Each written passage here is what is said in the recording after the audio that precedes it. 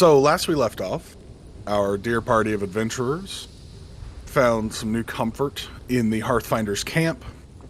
Mitra had a bit of a spirit journey inside of a mirror, confronting a otherworldly being of some kind and being inducted into the inner circle here with the Hearthfinders. You guys met a few of the people around camp, a Goliath tattoo artist named Vash, and had a few more talks with Kaveri and a few other people, including Linus. You had a sort of meeting discussing further future plans in that you could go with Linus to the city of Rima, the capital here, and ask the king for help in fighting against the Riftborn forces in Tenebrae Tel. You also were presented with the option of going back to Iris Tel to have some form of interaction with Alton's father's notes, if you could find them amongst the ruins. You were informed that Mirden, the god of battle, is currently on this plane, walking as a mortal, and that could be an option for future endeavors. Lara had a bit of a spirit journey herself in meeting with a fire tender and having visions of Tyken and Catalin, her now dead brother and wife. And amongst all of this interpersonal chaos, as the night fell that evening, our party happened upon hearing a train horn, and looking out, you heard and saw a train exploding far in the distance past the hot springs you had used to bathe the day before. And that is where we'll pick up.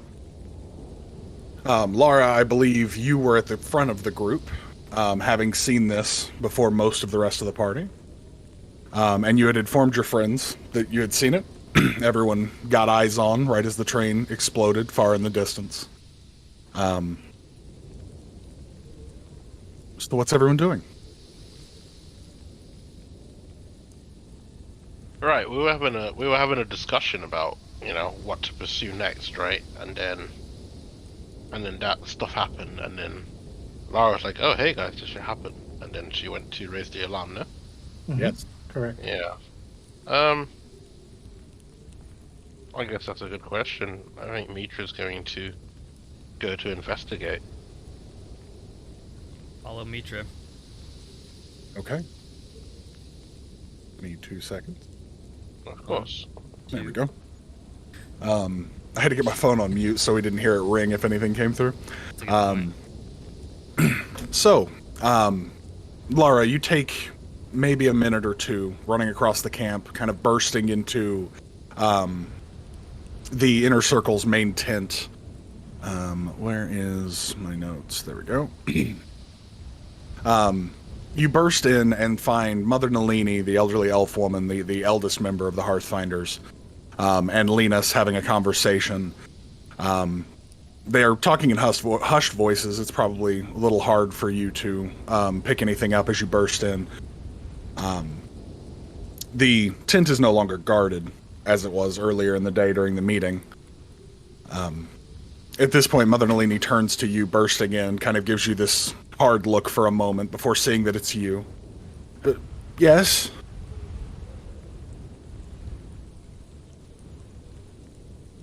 Hello.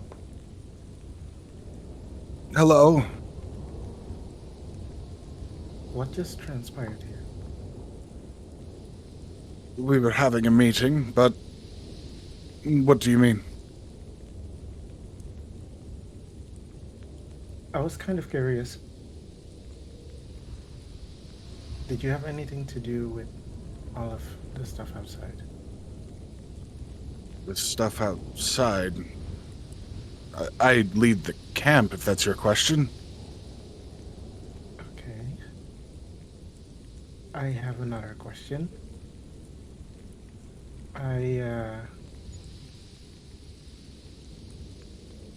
need to know what you know, and I'll describe the eye that Mitra usually has. Yeah, the black eye. Yeah. The I told you before, but the black eye, to my vision anyway, is like some form of protection, a cloud over things. It seems to keep those of other realms from seeing very well, though much weaker than I would have expected for something that arcane, that magical. And what exactly do you know about Rima? Or do you know how to get there, perhaps? As you say that, Linus, the human male, kind of road leathers, very put together, turns, looks at you, and goes, "Yes, I plan on taking a trip to Rima in the following days soon. Um, Getting there isn't particularly hard, though it is time-consuming on foot. But You do you hail from there? originally, many years ago, So you have not been there since. no, I come and go quite frequently from the capital. It is, unfortunately, one of the few ways to keep good information coming into the camp. Very few people other than myself tend to stray far. Is it true that the god of battle has been to the city? If legend is to be believed, Mirrodin is why the city stands.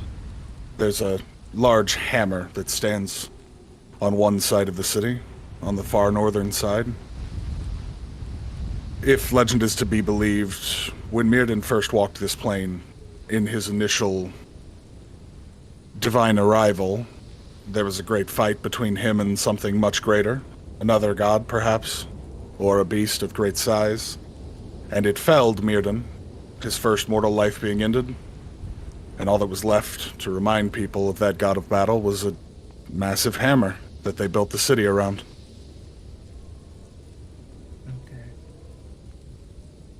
Okay. Sorry, out of context. Real quick. Yeah. Rima had a king, correct? Yes, Rima has a king. The nobility is there. Okay. In that case, I'd like to ask the human: do you have any ties to the king, perhaps? Not ties per se. I have come and gone enough to be known well as a monster hunter, a bounty hunter, someone of use, but not nobility by any means. And you are aware of the monsters and all the workings around the eye that I described. Yes, most of us in the inner circle are. Is the king aware? No. Would If he the king be- is aware, then it would be a surprise to me. Would he be willing to listen?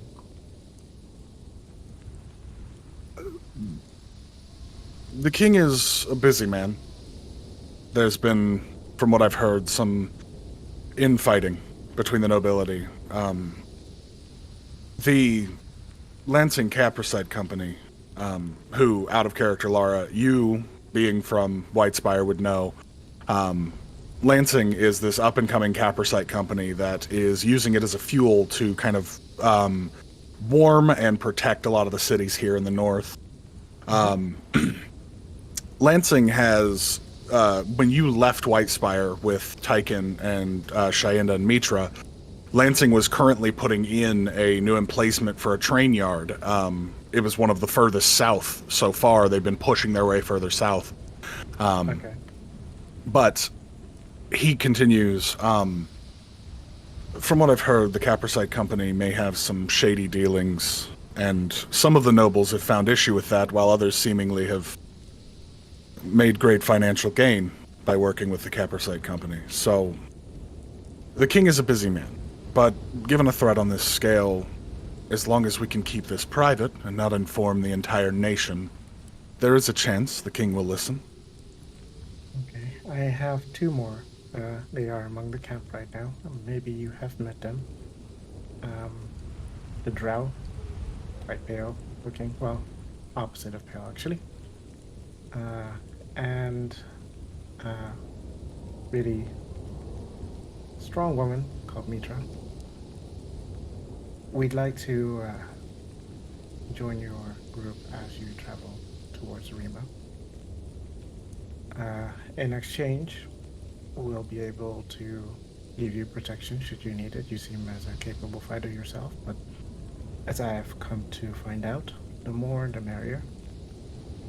And if possible, we'd also like to request audience with the king concerning the matter that I briefly spoke to you about. But if you wish to do so, we could trash out the details on the way. As for the outside, I don't know if you've heard or seen, however, there has been an explosion. Others have gone to investigate.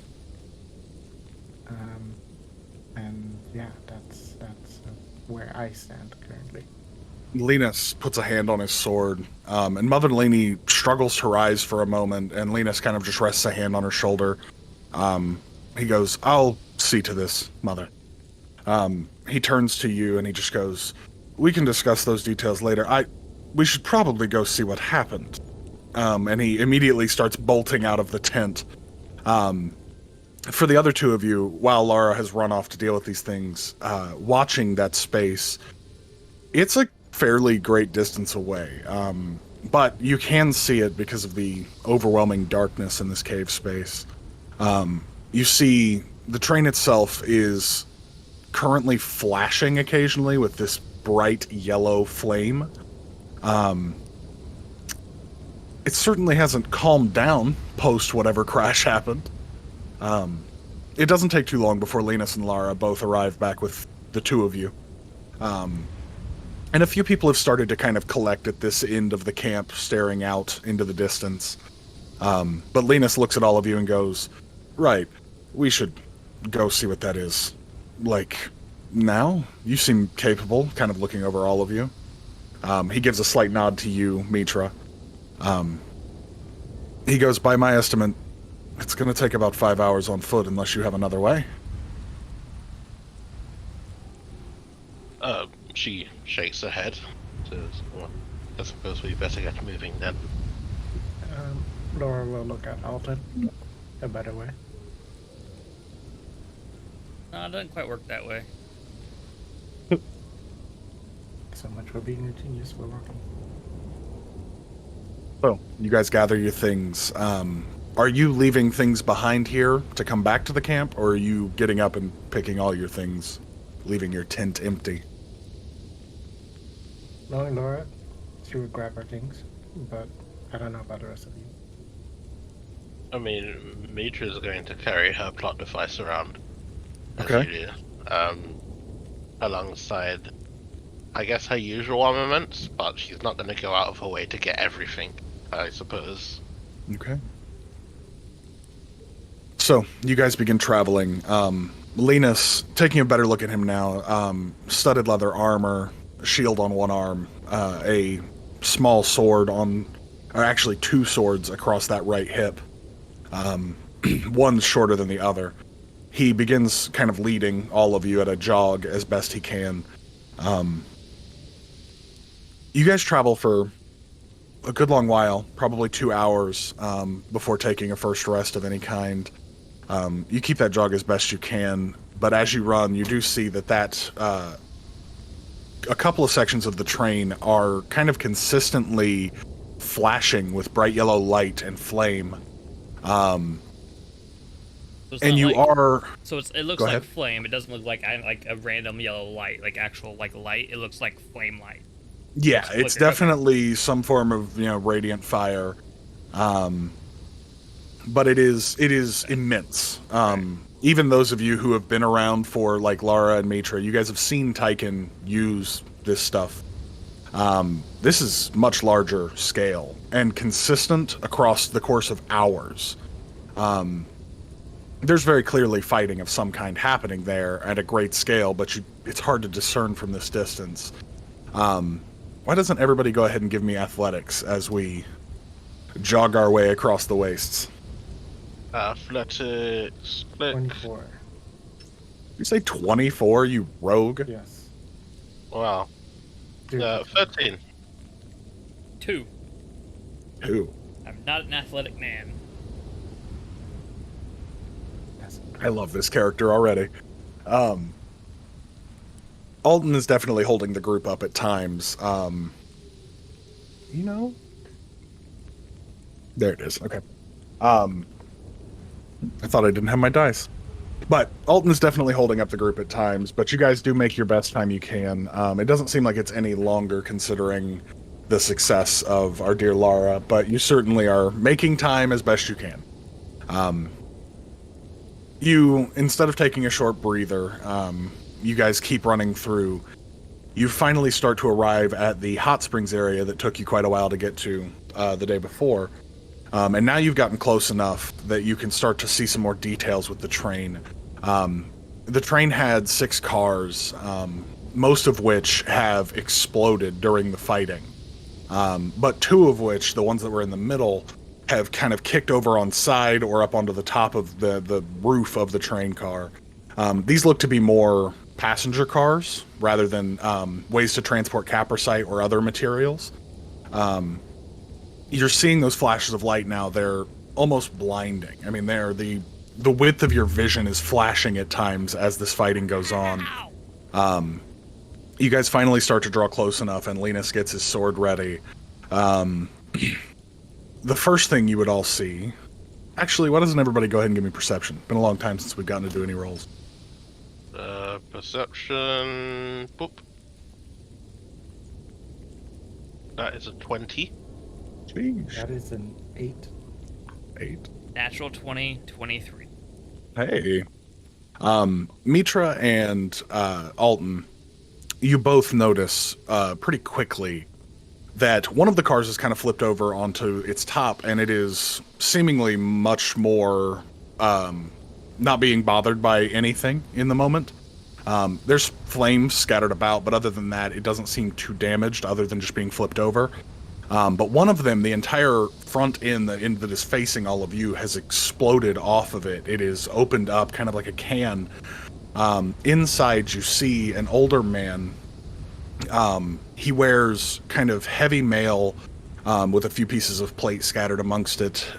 He's a human of some years, but his eyes are aflame with golden light. His hammer leaves a trail of sparks in the air. His chest is kind of blazing this golden divinity, and for it would be just Mitra, actually, in this moment. You notice that he's wearing a symbol of Farrier, the same way that Tychon did, but it is currently ablaze and burning through the armor, even. He fights with the ferocity of a man half his age against this massive Riftborn, very akin to one of the ones that you guys fought with in Iris Tell not too long ago. How far away? You guys are maybe 60, 80 feet right now. We'll call it 60 feet for the sake of ease. But he fights currently, and every time his hammer lands a blow against this massive mercurial form, it flashes with radiance that is nearly blinding. You notice that his arms, and where he should have gauntlets and mail protecting most of his body, it's started to like melt and fall away from the heat of his radiance right now. You see injured behind him in the car, and he is kind of just holding this bottleneck as best he can against a bunch of the smaller Riftborn and one very, very much larger one. Can I have everybody roll initiative for me? The only reason I asked, so do I... Never mind. No, I mean, if you want... I was gonna, like, attack in. instantly You wanted to attack get as I that asked, sneak but attack. I wanted to let you finish your You can absolutely get one in first. I mean, you had a high enough perception to see this before anything else would have reacted to you, so... Right. That's why I asked how far we were from. Yeah. So what you got, buddy? 20. Oh, shit. 17 17 for initiative. Sorry. 7. And so I get 1 and then initiative. Mm-hmm. What was yours, Laura? 20. Oh, wow. Gotta go fast. Gotta go fast. Wait, so we've been traveling for a while together? Yeah. Like 4 or 5 hours on foot. No, I mean like before all of this with our new drow friend. About a month. Yeah, I think it was. Yeah, about a you've month. been traveling with Did we Alton do for about a any month. combat during that? Nope. Yeah, you guys have had some Probably. fighting. Okay, so what spells would I know you have, or some combat spells? Never mind. Actually, I'll find out. Let's go. Yeah, you'll find out. I mean, It's fine. It's fine. It's fine. Don't worry about it. This will either work or it won't. We'll find out. Okay, cool. Alright, so we're within 60 feet. As soon as I see a Riftborn magnetic blade, Okay. What in the world is that? Yeah, what is magnetic? I blade have anyway? never heard of this spell. What is it's a creation. Yeah. We do a bit of homebrewing around here. Do a bit of Wait, Oh, what? Now okay, you so tell? it's homebrew. Okay. Yo. Yeah, don't go Googling this. I don't know what you'll find. It's not on me.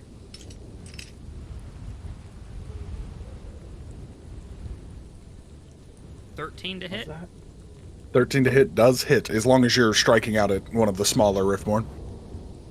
Whichever Wait, how one many I are there? I just, thought whatever that one I was- saw, I don't, Yeah. Well, with your perception, you see all of them, and they're all within Sure. your range. So. All right, I'll just hit whatever the smaller one is. Okay.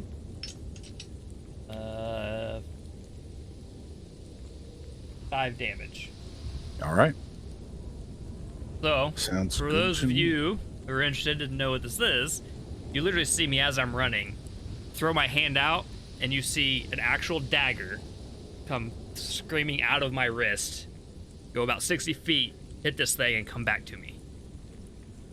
Oh wow. He's loving Nothing attached to it, nothing. It just Okay. All right, so that brings us to the top of combat. You guys see this older paladin figure strike out twice against this greater Riftborn. Each time the hammer makes a blow, it knocks chunks out of this thing's form, the kind of slime, silvery slime slamming to the ground. And wherever it hits, it seems like it almost chars and hardens that metal in some way, but the flashes of light are almost nauseating in their brightness as this man strikes out. And you can, now that you're this close, you can hear this man. He is breathing unnaturally heavily, like he is forcing all the air out of his lungs with every breath to keep fighting. You could only assume he's been at this since the train crash. Okay, Lara, what you got?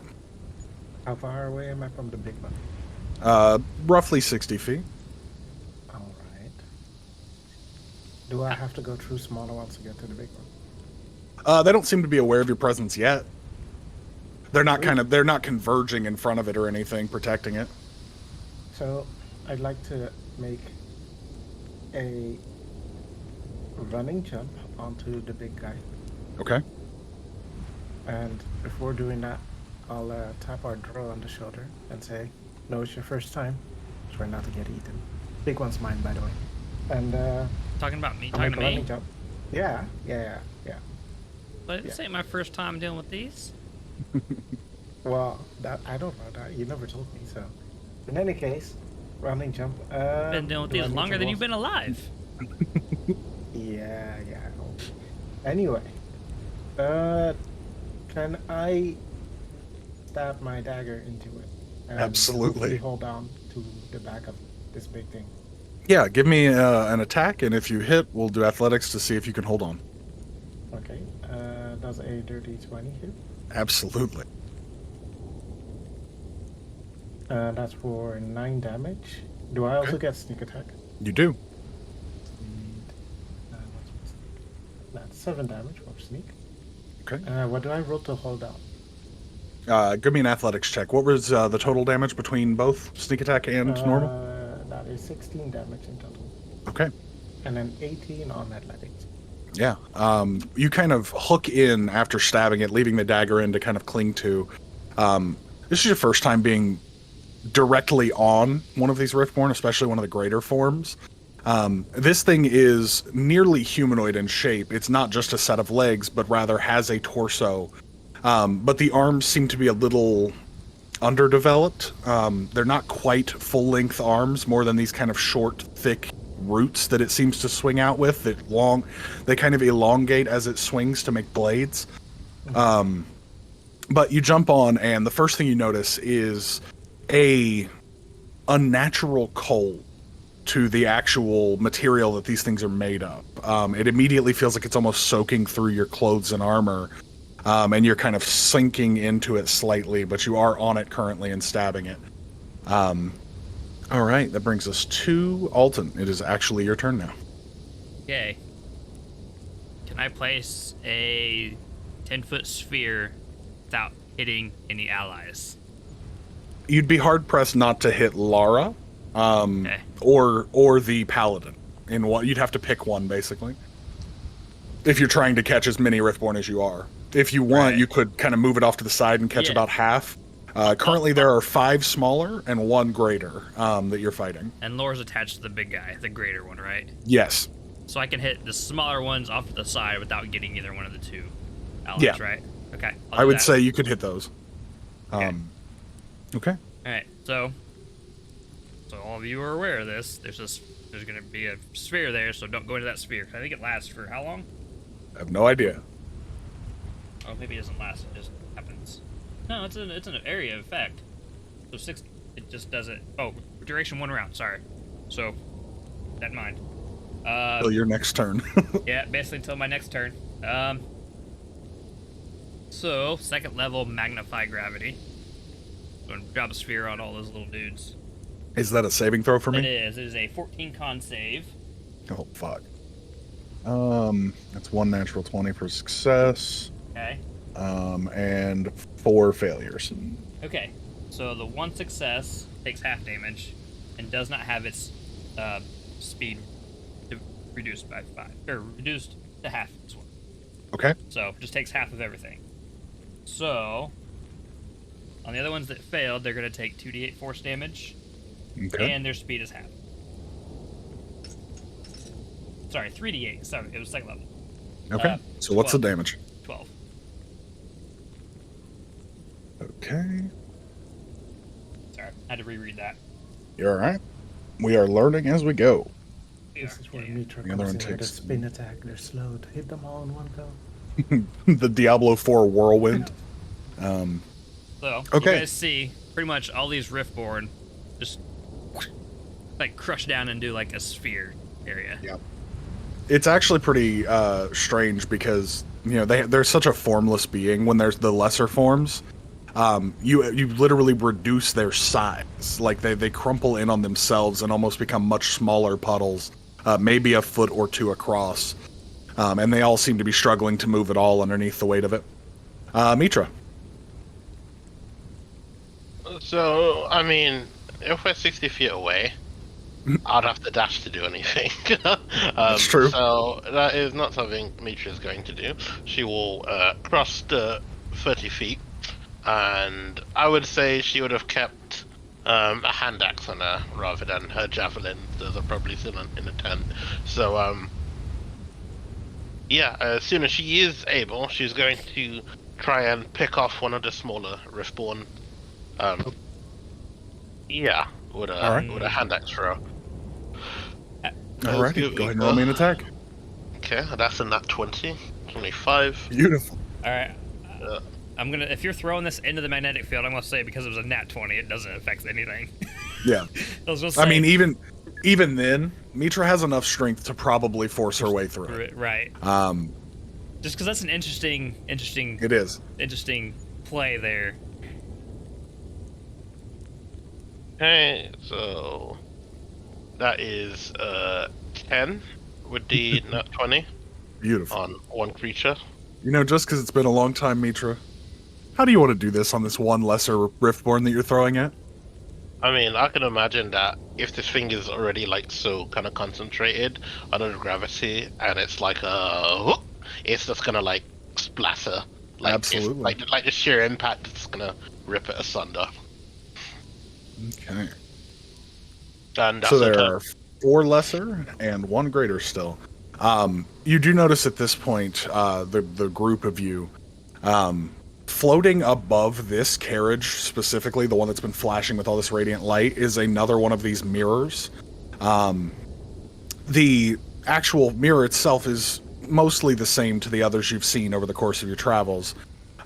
It's a fine mirror with a kind of overly intricate frame around it, but this one, rather than kind of bulging and losing its shape and becoming a sphere, is starting to crack at the seams a bit, but is holding its shape mostly. And you do notice it start to shimmer for a moment as one of the lesser Riftborn kind of flop through the actual mirror, landing on top of the carriage and starting to slide towards the paladin or the fighting in general.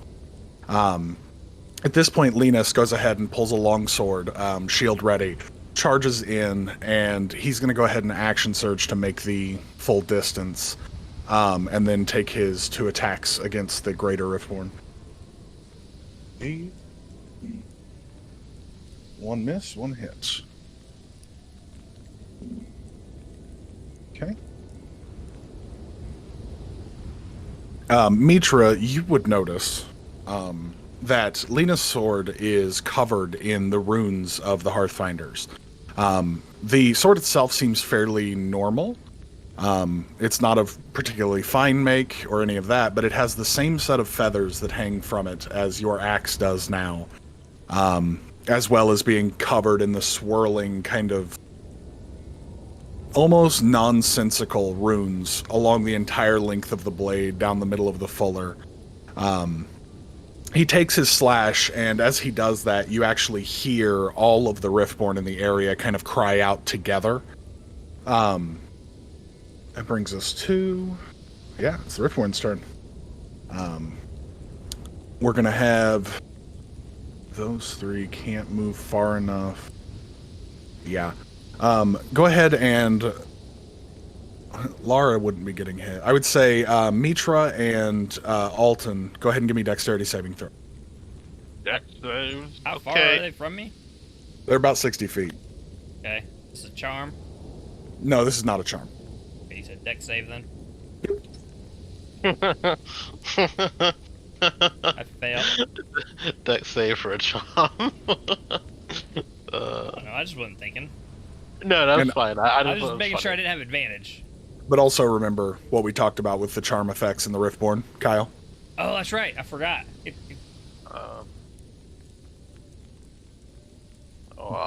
But no, this is not a charm. Yeah, you just see a few of these lesser Riftborn while you guys roll this. A few of the lesser Riftborn seem to condense their mass down and form these elongated spikes that kind of lift up out of their form and then jet straight for the 2 of you. That's a 21. Absolutely succeeds. What was yours, Alton? I failed. It was a 5. Okay.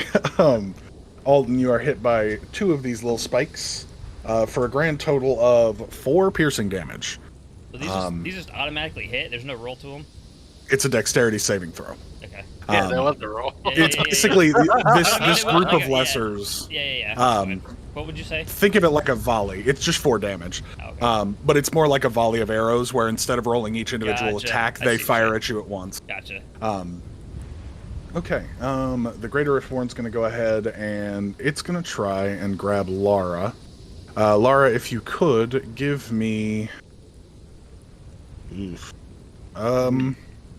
Yeah, I'm trying to remember non-cyberpunk skills. Give me an acrobatics check. Or an athletics if you'd rather just cling to rather than dodging. Yeah, contortionist. Dancing. 22? 22 succeeds. This thing takes one of those kind of short arms and literally melds it through its body to try and grab at you, but you kind of wiggle just right to get out of its grip and keep sticking it as you're moving. It's going to go ahead and...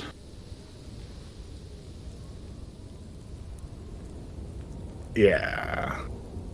It's going to go ahead and take 2 strikes at the paladin. Both hit. Ooh. Nice. Okay. That is 19 damage. Oh no, I take that back. It's 22 damage. Okay. That brings us back up to the paladin's turn. He's going to go ahead and... Everybody seems fairly fine other than himself. Yeah, he's just going to dump his lay on hands on himself. Okay. You do notice as he gets struck twice by this large blade arm, each time it hits him, the light and the flame that kind of enwreaths him and parts of his body flickers heavily. And he kind of goes to a knee for a moment before putting a hand on himself and then standing back up ready to fight. You would also notice he hasn't looked at you guys. He's unwaveringly staring at his foe, just completely enthralled in the battle in the moment. Okay, Lara. Alright, so when the creature opens its mouth, I want to... Doesn't have a head. It doesn't have a head? It doesn't have a head. It's like slimy goo stuff, remember? Yeah, slimy goo in a humanoid form without a head. Alright, in that case, I wish to slam a... What do you call those? Oil bottle. Oil bottle at it. Okay, so you're just kind of like pushing it through into its form? Flask of oil, yes. Okay. That wouldn't even really be a roll. You're just, it's modeling clay. It's Play-Doh. You just push it in. Wait, so I can't put the oil on it? It just Yeah. goes in? I mean, you can, if you're pouring it on it, yeah, you absolutely Yeah, can. I I thought can you were pour it. trying to take the vial and put it inside of it. No, just... Okay. Yeah. Yeah, so you go ahead and while clinging to its form, cover this thing in oil quickly. Anything else with your turn? Wait, I have fast hands. Does that mean I can do something else? I would say that was a bonus action for you being so quick. Okay. In that case... I guess I'll just stab at it again. Okay. And... Wait, if I want to say something, can I actually say something? Or Yeah. can I... Okay. To the paladin, I rolled a 9 on the attack, so I don't think that's gonna work. No. But, I'll tell the guy, if you have fire, use it now. Like, Okay. on the spot, like... Are you getting off of it with your movement? Can I? Could certainly try. Give me an athletics check to get out of its mercurial sticky grasp. 14? Yeah. You kind of plant your knees in the back of your arms and kind of push as hard as you can. And it's a very strange sensation because it's like climbing out of mud, but you're on a thing. You're not just laying in mud. But you do eventually push off and kind of get out of there. You're still in, melee with it. If you run away, it'll get an opportunity attack. But that is up to you currently, Lara. No, I can stay. That's right. Okay. Alton, you're up. The Yep. gravity well drops away. Yeah, can I just magnify gravity of the mirror now that I see it and know it's there? Without Yeah. hurting anybody? Yeah, I mean, it's above everyone right now. The train car itself is probably 15 foot high, so you Okay. could certainly drop it up there without hurting anyone. Okay. That is a saving throw. 14 on. For the mirror? Yeah. Okay. You go ahead and magnify gravity on its location, and you do see the mirror itself stop bulging, and it seems to crack even more, but it doesn't seem to be breaking it per se. Okay. It is lowered slightly. It's not floating quite so high. But as you do this, the Greater Riftborn lets loose this kind of deep rumble from its chest, and it does seem to swivel and kind of turn its body towards you rather than looking. Okay. Anything else on your turn, Alton? Do I need to roll the damage for it? Yeah, go ahead.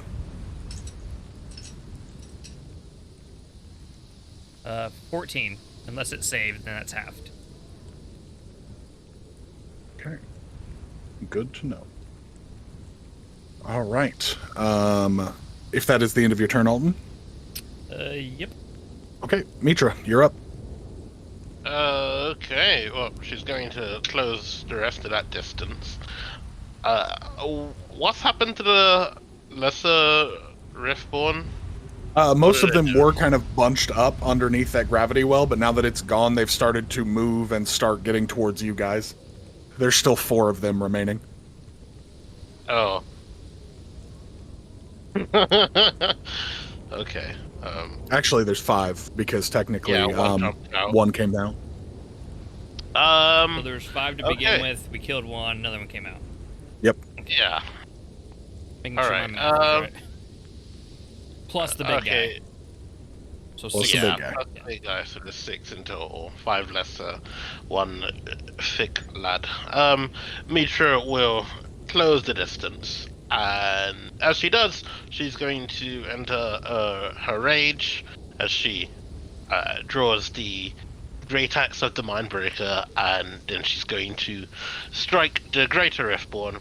I think she's not just not really paying attention to the lesser ones. Mhm. She kind of assumed, oh yeah, this is a done deal, right? So maybe someone else needs some help, right? She might reconsider later on, but right now she's also going to use her funny class feature, if I can find it. Yeah. Yeah, that would be Ancestral Protectors. Let me just copy that. I mean, this is only relevant if it hits. So let me try rolling to hit first and foremost. Okay. That is a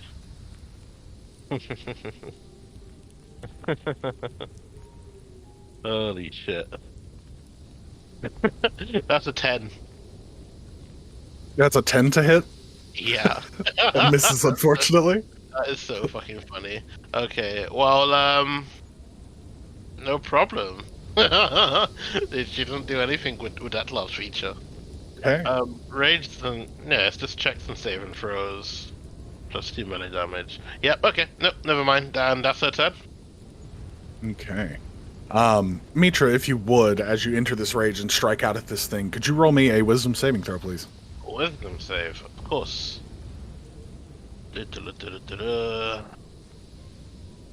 What is that? That is a 15. Okay. As you enter your rage, the area around you is just mostly tracks and trees with a bit of a rock wall just past the crashed train. The trees kind of hug that rock wall to the back of this space, and everything, most of your attention has been drawn towards these cars on this train. And with the flashing and the fighting, you hadn't noticed anything until now. But you notice one of the sticks, or rather branches of the tree, seems to move unnaturally for a time.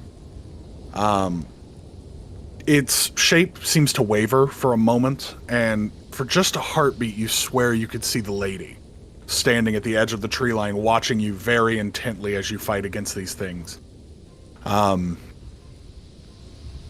Reading the porcelain face is impossible, but you almost feel like a radiating joy coming from this person.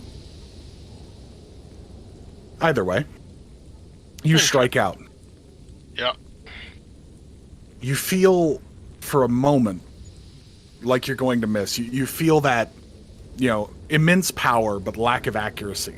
The rage kind of swallowing you up for a moment, and then a clarity hits as that joy hits your person, that essence of joy. Go ahead and roll me the damage anyway. Roll the damage. Let's see.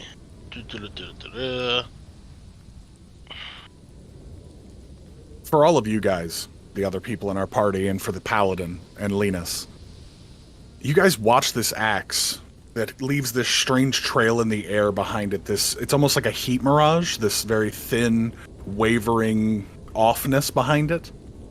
The strike is wrong. You guys notice that the strike is off, it's too short, and Mitra hasn't swung far enough out. And then you almost watch the branch that this thing is built of bend in shape and get slightly longer to allow the hit to land. That is a 6 plus 2 rage, which is 8. Beautiful. And then I guess there's also this feature. Yeah, if you'd like to use it. To sum up, says, first creature you hit with attack on your turn has disadvantage on any attack that isn't against you. And when it hits a creature other than you, the creature has resistance to the damage dealt by the attack. Beautiful. Okay. You strike out. Are you going to activate the actual Great Axe's feature as well here? No. She doesn't have resistance to psychic damage, that's why. Okay. Just thought I'd ask. I appreciate it, thank you. Okay. Coming back to Linus. Linus is going to go ahead. He does the typical fighter thing and cry out, for the lady. He dives in against this Greater Riftborn as well, taking his 2 slashes as fast as he can. Let's see if they're good. They're awful. Wow. missing twice. He steps back afterwards and begins rummaging through a side pouch that he keeps on his armor. But he seems to have wasted his turn. Oh, D&D, I missed you. Okay, it's the Riftborn's turn. We're going to go ahead and... By this point, roughly, most of the smaller Riftborn have started to push towards you guys. Alton, you're probably still out of range other than this, the spear attack that they use. But I'm going to go ahead and roll 2 attacks for Mitra, 2 for Lara, and 1 for Linus. And then 2 for the Paladin. So Lara's first.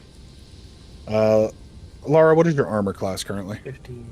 Okay, 2 misses for you. Mitra, that is a natural 1 and an 8. I assume those miss. Those both miss, yep. That is a natural 20 and a 15 for our dear Linus. Okay. Roll that for Linus's damage. Oof.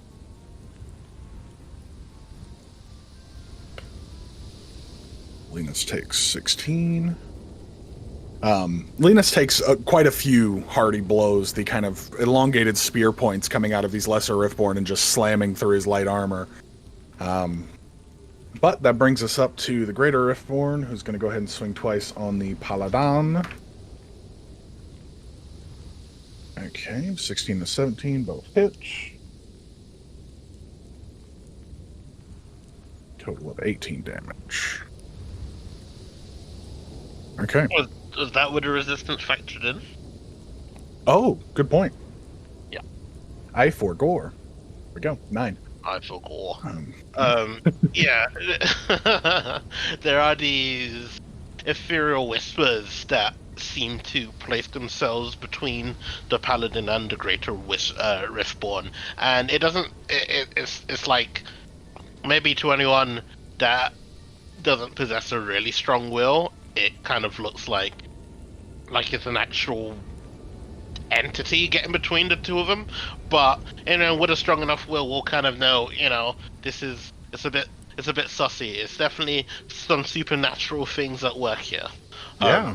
But yeah, that's it. Okay. That brings us back up to our Paladin.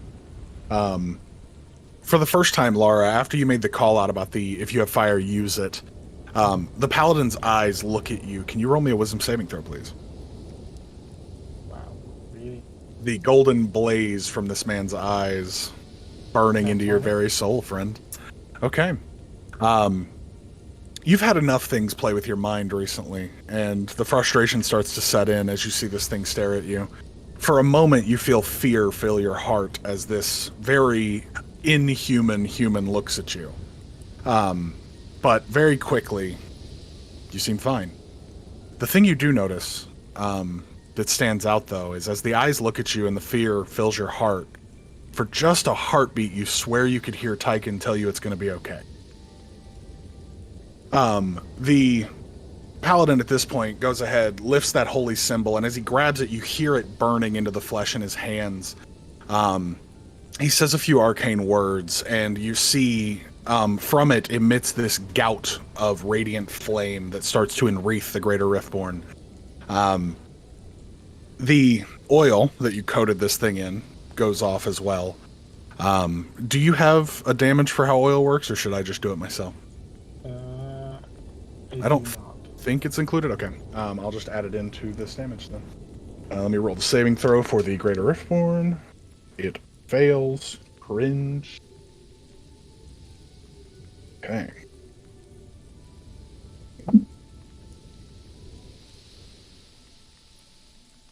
I think they take 5 damage, is it? I took some 5. Okay. I'm doing it correctly. It takes 25 radiant and fire damage. And you notice as this gout of flame comes from the Paladin's form, the flame in his eyes and the kind of trail of sparks that hang on off of the hammer, They start to dull for a moment as it seems like he's focusing everything into this hit. The Greater Riftborn falls to a knee for a moment, and the front of it is blackened and hardened by the flames. That brings us to you, Laura. So still standing, yes. Yes. Okay, I will throw a acid flask at it. Well, the contents of it, I'll just splash it. Okay. And if I can, I'll... Oh wait, I need to roll to hit first, don't I? Yeah. Which is what? Alright, we do 1d20. Yes. I rolled an 18 to hit, Definitely hits. and I'll do 10 damage. Okay. Is that a sneak attack? No, it does not. This thing is very aware of your presence currently. And technically, the sneak attack thing with wait, an it's acid flask is... yeah. Yeah. Okay. Is there But- anything I can still do after? 10 acid? I mean, you have your bonus action and your movement. You could do roguish That actions was and fast things. Hands. Does that mean I can't attack anymore? It's a little slippery. You can It's use a your little... bonus action granted by your name. Does it say it's your bonus action? Yes. So according to Okay. the actual rules, it is. Yeah. Then yeah, you can attack. Wait, why don't everyone doesn't have your own to do bonus? Anyway, I will attack. Okay. But I only rolled a 9, so I guess I'll miss. Okay.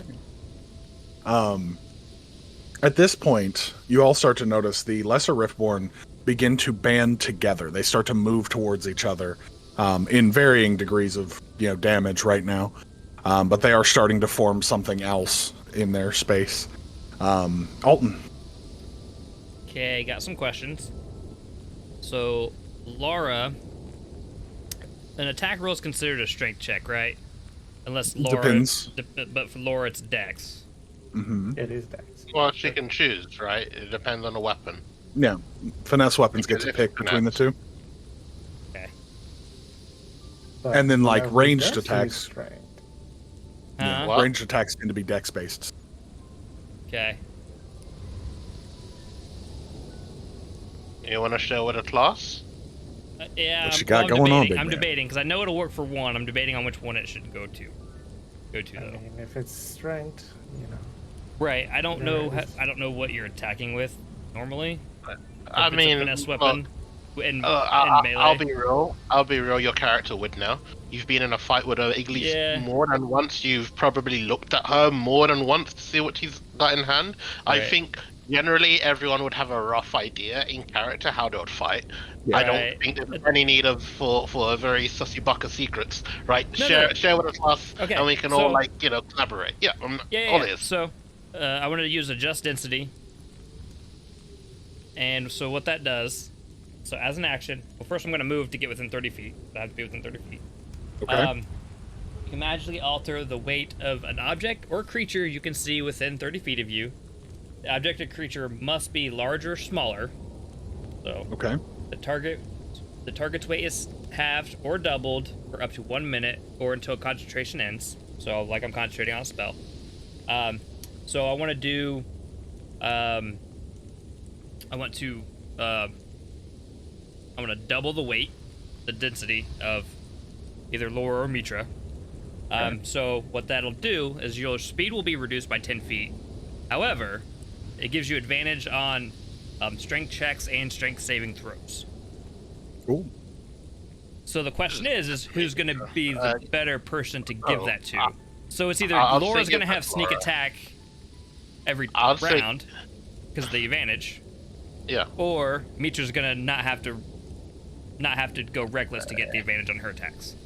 In fairness, a strength check, I'm pretty sure does not cover attack rolls. It does Attack not. rolls Does not? are very Yeah, specifically- no. Attack rolls are very specifically attack rolls, right? Because they can vary, right? Okay. A strength check would be something like a That was grapple. my big question: is an Yeah, attack no, roll that makes considered a strength check to I give mean, the advantage? if Mitra raged, then she does have advantage. Always over be the advantage, attack yeah. roll, isn't it, right? Then reckless attack would be kind of redundant Right. as a, yeah. But no, I mean, I get where you're coming from. I think it. Okay. you're buffing someone's checks and throws. I mean, that's fucking huge, honestly. Yeah. I mean, I'd probably give it to Laura because she's right there. Or And maybe Laura doesn't worry about the 10 feet that much either. Right. The movement reduction doesn't matter on a rogue Well, because I mean, I don't roguish have actions. to use it because I was trying to give advantage on an attack roll kind of thing. Yeah, If you want to use I'll something it. else, go ahead. If it's not gonna work that way, I'm not gonna do it. I'll do something else at that point. put yourself in mortal danger and take the help action. No. If now that I know that's not gonna work, I'm not gonna move that 30 feet. I'll just stay back 60 feet. And then I'll continue to. I'll use another. My damn spell. There they go. I'll just do another magnified gravity at first level on the mirror again. Trying to crush that mirror the best I can. Absolutely. Try to keep more shit not coming through. Let me roll the saving throw for the mirror. Ooh, an 18. Wait. The mirror is not just a structure. Yeah. No, I know. This thing started to move towards me, right? Yeah, the greater is starting to push towards you. The big one is. Yep. Even though everyone else seems to be battering it, it is still right. starting to push towards you. It'll make it to you probably on its next turn. I'm not gonna do that. Okay. What you got, buddy? I'm going to. Okay. I'm gonna use Blade Ward on myself. to Okay. Give myself resistance against bludgeoning, piercing, and slashing damage dealt by weapon. Absolutely. Oh, by weapon attacks. Fuck. Those little things aren't weapon attacks, are they? The little spiky things?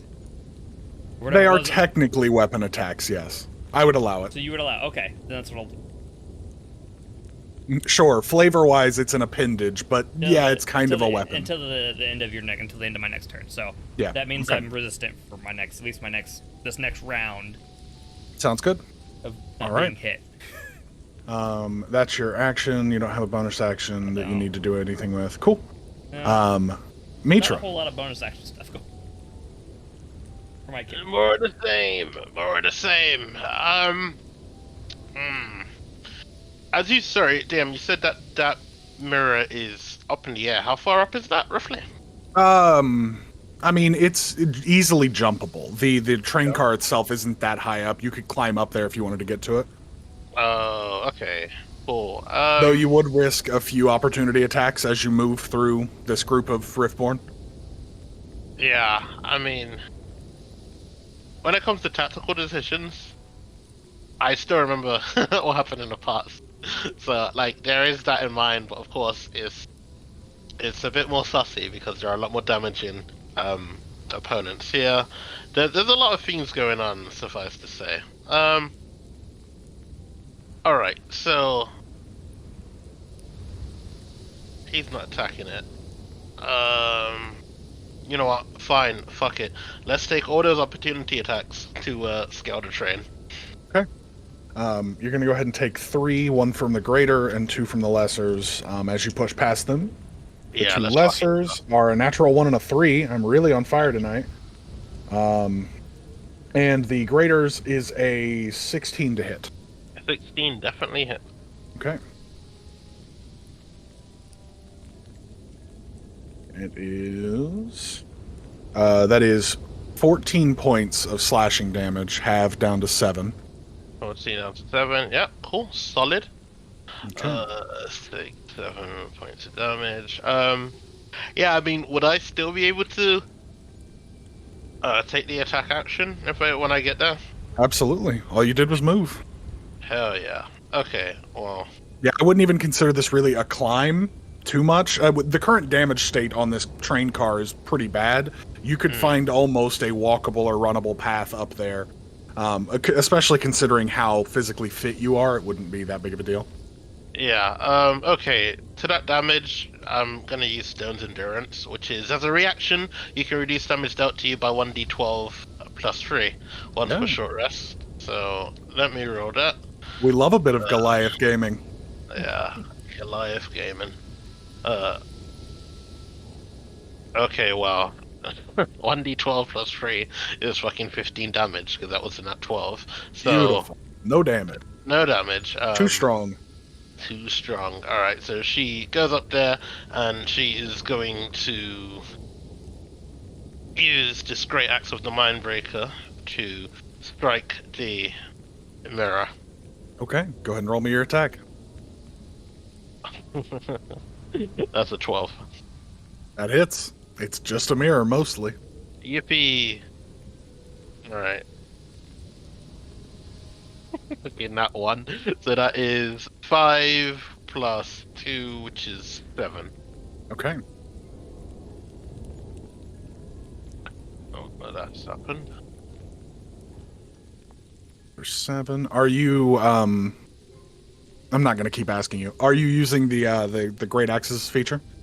Actually, yes. You know, thanks for the reminder. She will use that. Okay. We'll just dump that all in. It's not going to do what I imagine. So that's 4 charges. So that's 46 psychic damage. 4. Let's roll all of those. I won't regret this, will I? No, you would never. That's 18 points of psychic damage. 18 points. Okay. On top of the, what was that, 7? What's 18 times 2, guys? I'm bad at math. Is it 36? Okay. Mitra, why don't you go ahead and describe how you shatter this mirror? Right. So she makes her way up there, and it is a precise strike, contrary to her rage-filled state. So it's 2 hands high up, and then it's just like a solid chop to try and cleave it in twain. Okay. As the axe makes contact, you hear all of the Riftborn around cry out in agony as the kind of strange trail suddenly condenses into this kind of silver thread that hangs behind the axe. You land the blow, and you watch as this thread almost shoots from the mirror to each of the Riftborn and then snaps. As this kind of spectral thread snaps, each of them, most of the little ones, in fact, all of the little ones would die that instant. Kind of losing form and just becoming this kind of slick of grease on the ground, that silvery color. The greater Riftborn cries out in this massive low tone before falling to a knee and then kind of getting back up, and you see the outside of its body, which has been soft this whole time, suddenly hardens into spikes that cover its entire form. Yeah, that was a real big hit, Mitra. Okay. Obvious. She would pug out. No, she wouldn't. She's in combat. She's not going to pug out. We're not pogged in combat. She's not pugging in combat. It's not free action. It's an action to pug out. Does that count as like 1 kill or multiple ones? Technically, that counts as 5 kills for you. 5 kills. Okay. And you said a mirror is not a construct, so would that be 5 or 6? Technically 6. Okay. For reasons you don't quite understand, friend. Clueless. Okay, cool. Thank you. That's a 10. Okay. That brings us to Linus and then the Riftborn. Linus is going to go ahead and take his 2 strikes against the Greater Riftborn. He is going to hit once. That is 8 damage. Okay. Oh wait, 8 down to 4. My bad.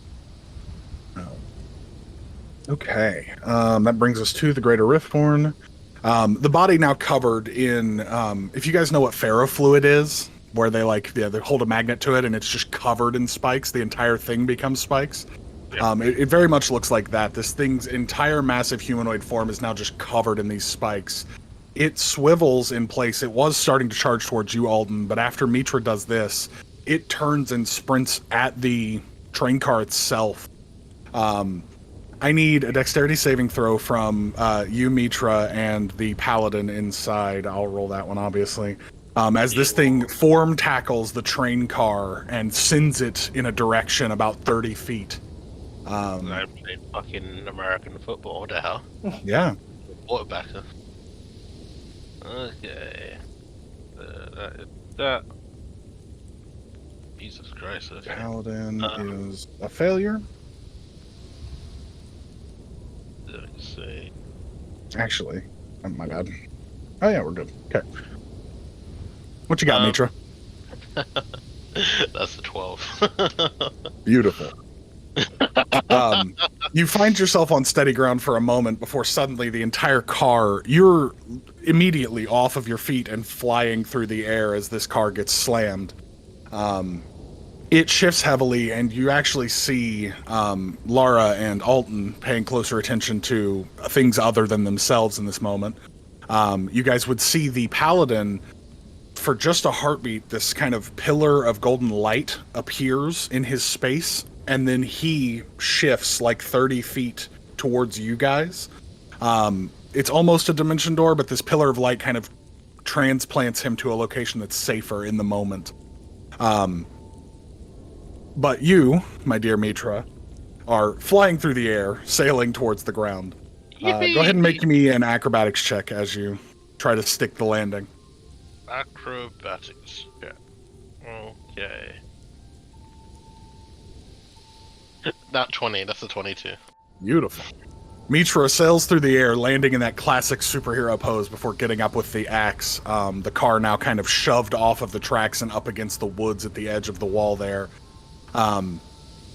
The massive form of the Riftborn, it steps towards you guys, and as it does it, its foot lands in the puddle that was all of the lesser Riftborn that seemed to be forming into something. It seems to pull all of that essence off of the ground and kind of embolden itself against you guys, its form growing just a bit larger. It's going to go ahead and use a legendary action, and I need everyone to make a dexterity saving throw. That's a massive fucking radius. 24. What's that, 60-foot radius? Let's go. You guys, it was a 24 for you, Lara? Yes. Okay. Suddenly above you guys, about 15, 20 feet, the sky itself seems to turn that same gray. The open air above you gets this heavy gray to it, these clouds appearing above you. And in each of the clouds, you start to see these kind of small tears appear, this kind of ripple in space, as hundreds of these spikes begin to pour from this small cloud that floats over all of you. Lara, you succeed. Alton, what do you have? Oh, that was a nat 1, buddy. Oh, Mitra, what you got? 11. But Okay. if it's technically the spikes, I still have my resistance. Not that it's gonna Absolutely. matter. You will be taking half damage, Alton. What was yours, Mitra? 11. 11. That's a failure for you. Linus fails, and the Paladin succeeds. That'll be half damage for Lara, for the Paladin, and for Alton for a different reason. Everybody else will be taking full, and technically you'll be taking half Mitra because you're you. You gotta roll this.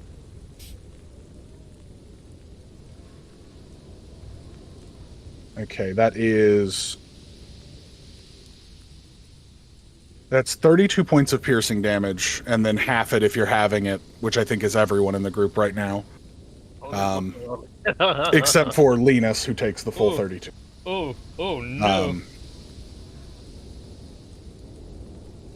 Okay. This no. thing lets out this guttural roar as the sky tears asunder above you, the spikes slamming down. For reference for anyone that's like a movie, a movie enjoyer, it's the we will black out the sky with our arrows type moment from 300. Suddenly the space is just filled with these silver spikes and the ground is covered in them. This thing lets out a roar and begins pushing into all of you. Basically, Mitra, I would say probably Mitra and Linus and the Paladin are all in melee. Lara and Alton, you guys are fairly close, but not quite that close. I mean, I've been staying like 60 feet away, so. Yeah, but it had to push towards you guys already, so it's probably more like 30 now. Okay. Okay, that brings us to our Paladin. The Paladin's just going to go ahead and... Yeah, we'll do a Guiding Bolt, why not? That is a failure for the Riftborn. It'll use legendary resistance. Have my brain. Got a lot going on. Okay.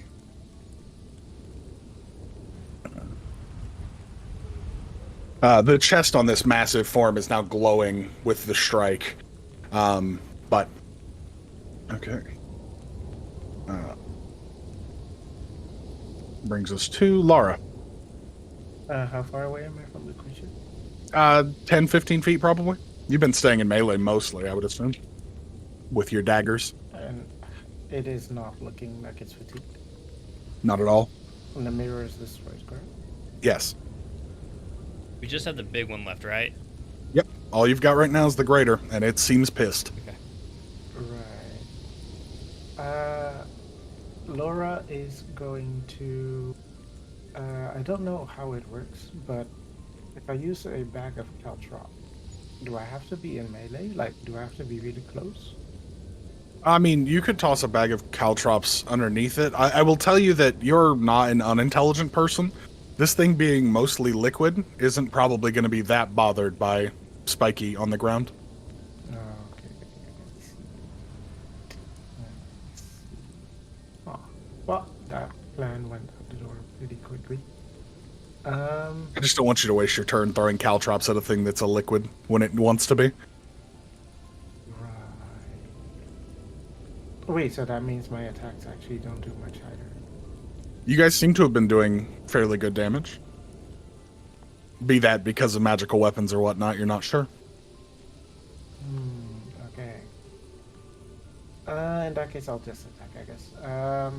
But being as it is completely pissed, I will attack with a short bow.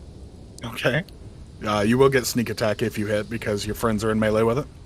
Yeah, it feels bad. I rolled a 9. Good luck, friends. I try.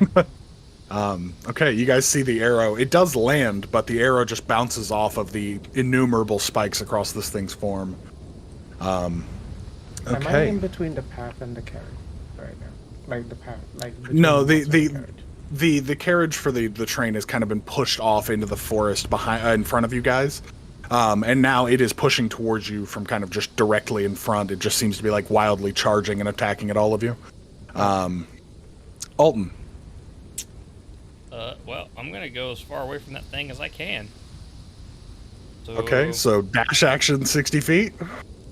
No, I'm gonna stay within 60 feet, I guess, but I want to get further away. Yeah, so you move your full 30 away. Yeah, so I'm now at least 60 feet away.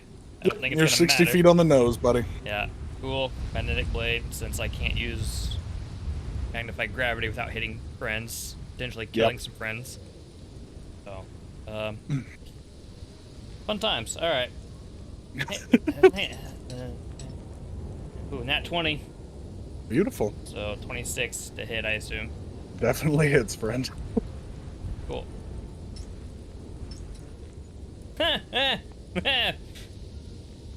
Dice giveth, dice take it away. That's a 1 damage, so 2 total. Beautiful.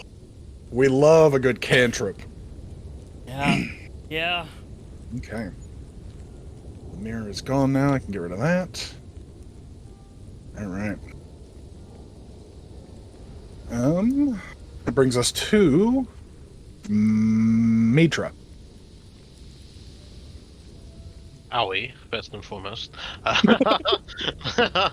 19 damage mitigated. Oh, well, I don't even remember how much damage that was. What, 16 damage? Even halved? That was painful. Right, whatever. How far is the Riftborn now, again? Sorry, could you remind me, DM? It's basically in melee with you. I mean, That's the melee range, okay. Like, she can make it without doing anything. yeah, without worrying about it. Okay, cool. So, she is... Let me do some quick math. Okay, yeah, she's going to... Still in her rage, of course. She's going to smack it with her great axe once again. Yeah, she's just going to go for a wide swing, and let's say that she's using reckless attack to do that, so she's opening herself up to give that one a go. That is a What's the additional? +1 to hit 17? Definitely hits. Okay. Almost in at 12. That is 12 plus 2, 14 points Awesome. of damage, yeah. Okay. Give me 2 seconds. I gotta open up my calculator. Of course.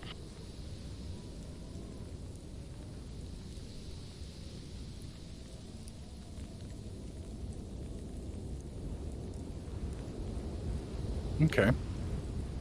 Good to keep that in mind. All right. Anything else on your turn, Mitra? No, that's about it with regards to what she can do. Of course, the Ancestral Protector's thing is still active. The first creature hit has disadvantage on any attack that isn't against Mitra. Beautiful. And when it hits a creature other than Mitra, they gain resistance.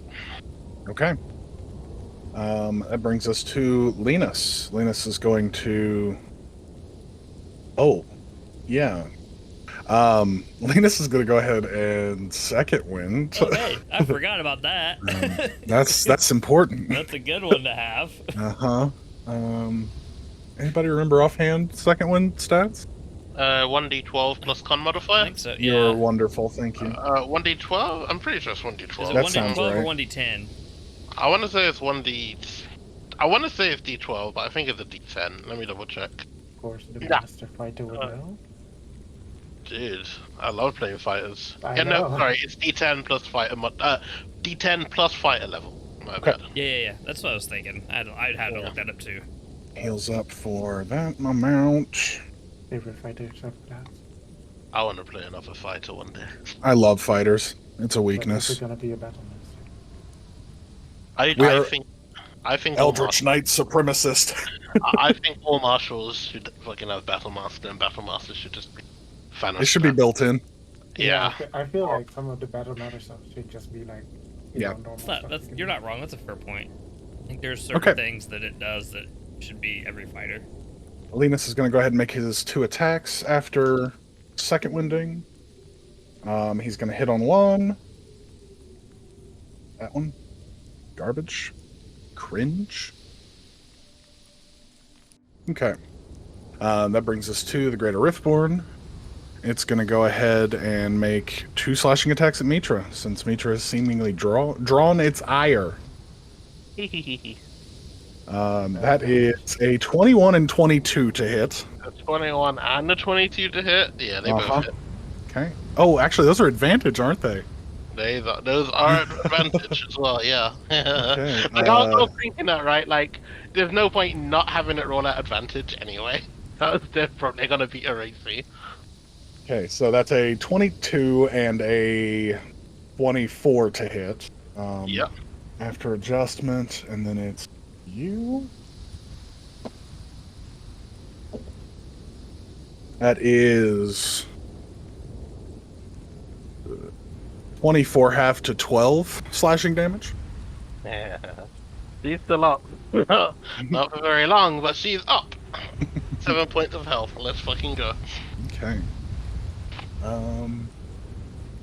And now it is our dear paladin's turn. But I gotta look something up.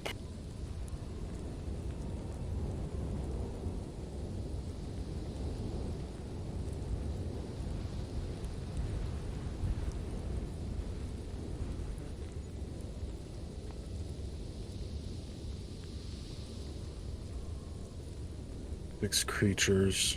I'm such a dumbass. I'll tell you all later. Pardon me. 4. 2. You each heal 20 points of health as the paladin grips that holy symbol, and you feel a mass healing word shoot from his form. Yeah. What a You- giga chat. You do notice now that the paladin's flames have started to die down immensely. This dude seems like whatever is keeping him up isn't going to keep him up very long. But Wait, you are who did the- healed. Who did the mass healing word? The paladin that you guys have been fighting with. How many people did it hit? Everyone. Oh, I missed that. Wait, Sorry, I was how looking at much? something else. I mean, technically, well, let's see. What's the range on That's it, a good actually? question. It's 60 feet. I Okay. mean, it's 60 feet, so you're all within range, yeah. How much was How much did we hear? It was 20 total. it? Okay. Whoa. Yeah. Oh, we're good now. Yeah, definitely. Okay. Lara, you're up. All right. I'd like to get into melee. Go get him, Wolverine. I will use. Do I hit with a 12? No, you do not. All right. I will leave it to our class barbarian and disengage with my cunning action and move a bit further away. Okay, so you're back Right. to 30 feet range. Got it. As a rogue, can't you force advantage? Yeah, you did. I mean, you would have advantage on that hit. Yeah, because Mitra's a melee. Yeah. Allies Wait, are what? in fight. You force Really? advantage as a rogue when your ally is fighting a target and you're fighting it as well. Okay, so in that case, I rolled a nat 20, and Nice. that's a total of 10 damage. Beautiful. Sneak attack. Wait, how does it? Is sneak attack just still the same? Or Yeah, just- it's well, you double sneak attack. Yeah. Because it's a all, nat 20. All dice. Yeah, you double your damage dice and your sneak attack dice. So that's 15 damage from sneak. So in total, 25 damage. How do you want to do this? Nice. That's a good question. I guess I would just come up from behind Mitra and strike it in wherever spot. I guess like somewhere on the torso where Yeah. there are no spikes or just in between the spikes. Okay. You seemingly find a gap in its armor, and as you hit, you notice that this thing's form seems to fall apart in that moment. It loses all of that physicality and the hardened iron on the outside. It starts to fall into this fairly large, probably, 3-meter wide puddle. As the space is kind of filled, you notice at this point the greater rift form loses its form, falls apart. Linus goes to a knee, breathing heavily, and the paladin just immediately, you see the flame from the eyes go away, the sparks at the hammer, the burning symbol in the chest, all of that falls off, and the paladin, this older man, you now see even his physicality is kind of reduced. His musculature isn't as much as it was. He falls onto his back and just immediately is unconscious. Yeah. Good job, guys. Had you not gotten 25, 1 hit point over its health. 1 hit point. Mad. So I was down 2 hit points after that big old legendary fucking cloud spike thing. Was it fun to see it again, Kyle? No, Did you miss? not at all. So, what way is the cart like facing right now? Is it like this? Is it like this? So, It got it's jacked. pushed. The long side is kind of pushed up against the wall here. It's crushed a few trees. The opening, the part that was blown open, is kind of sticking out towards the tracks. You guys could pretty easily walk in to get to the opening and see if anyone's inside. And the rest of the train on basically the side that's blown off, obviously the rest of the train isn't attached, but the other side of the car is still attached to the rest of the train. So this thing shoved basically half a train into the wall. The other car that I had mentioned that was flipped over on its top kind of torqued and twisted and is slammed up against the wall with it. Now it's upright rather than, on its roof. Okay, and the slime eating, is there still any slime left? There absolutely is. There's, a small lake of this slime. Okay, so I just used 2 bottles, one with oil, one with acid. Can I fill them up with the gooey goo? Yeah, you can take some Riftborn essence and put that in your inventory. Alright. Is there any pieces of the smashed mirror anywhere? All over the top of the car, and once the car was pushed, now it's just kind of dotting the tracks there next to the car. But there's a lot of mirror just sitting around from being smashed. I want to gather up some of those pieces of the mirror. For you, Mitra, an important point. The trees there where the lady was standing, to your mind's eye anyway, were crushed by the train. And that feeling of joy has risen to a fever pitch and then falls away slowly as the battle succumbs to a close.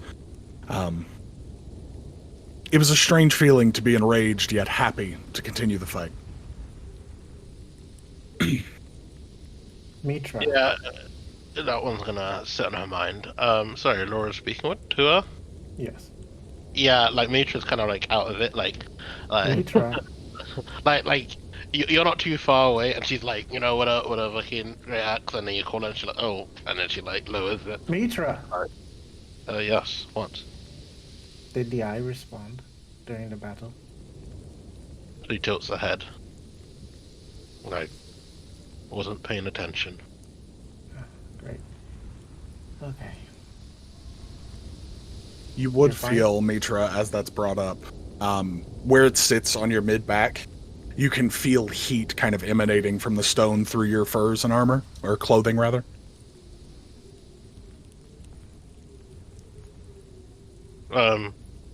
Yeah, she says that and kind of like, all right, yeah, now that the battle high has gone off, she's just kind of like, you know, she turns it to show it to Laura, like, can you see anything?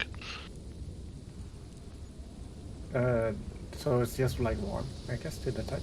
Yeah, as you go over to it, none of the runes are alight like the blue that you've seen before, but the stone itself is not unnaturally hot, but certainly warmer than, you know, your persons here in the cold.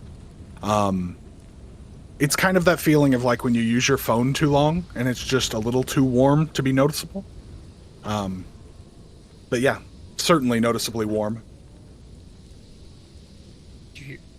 You caught that I grabbed some like pieces of Riftborn mirror, right? Okay. Yeah. So, okay, go ahead. Sorry. No, you, like, it was your turn anyway, go ahead. Right. So in light of that, Laura will say, "Has it been like that this whole battle?" Do I hear this conversation? Yeah, you're right there with him after picking up some air. As soon as I hear that thing's like lit up, I'm going look at it, check it. Yeah. And kind of Arcana check, and my Give me an efforts Arcana. to try to, you know, figure out how to make this thing work better, fix it. I will give him one of the bottles as well, but I'll pocket the other bottle with fast hands so you can see them. 23. 23. While you're not the most familiar with this object, Alton, Well, just like I said, last session, which was a while ago. Remember, I said any chance I get, I'm gonna look at this thing and study it to try to keep. So if this thing's lit up, I want to see what it's doing to try to further that knowledge. so Just to interject, Mitra is going to, like, you know, he's going to come over, he wants to inspect shit, she doesn't want to stand there, so she's just going to, like, you know, I'm kind of remove it off her. Probably taking I'm like grabbing it out of your hands. Just like backpack straps. Almost forcefully kind of thing. Like, mind and just like, gimme. Like, you know, like, a little bit It's gonna be like, like, gimme. but like, it doesn't intend to be, you know, like. Yeah, Mitra's going to be like, you know, there's, like, no chance in all of the hells that you are going to be successful. Well, you know, she does take it off, and she steps away to go towards the paladin while you're busy investigating that. Okay.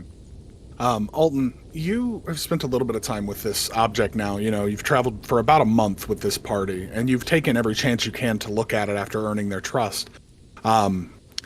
This is the first time that you've noticed this thing have any activity at all. The heat on it is noticeable. Usually this thing is just a rock.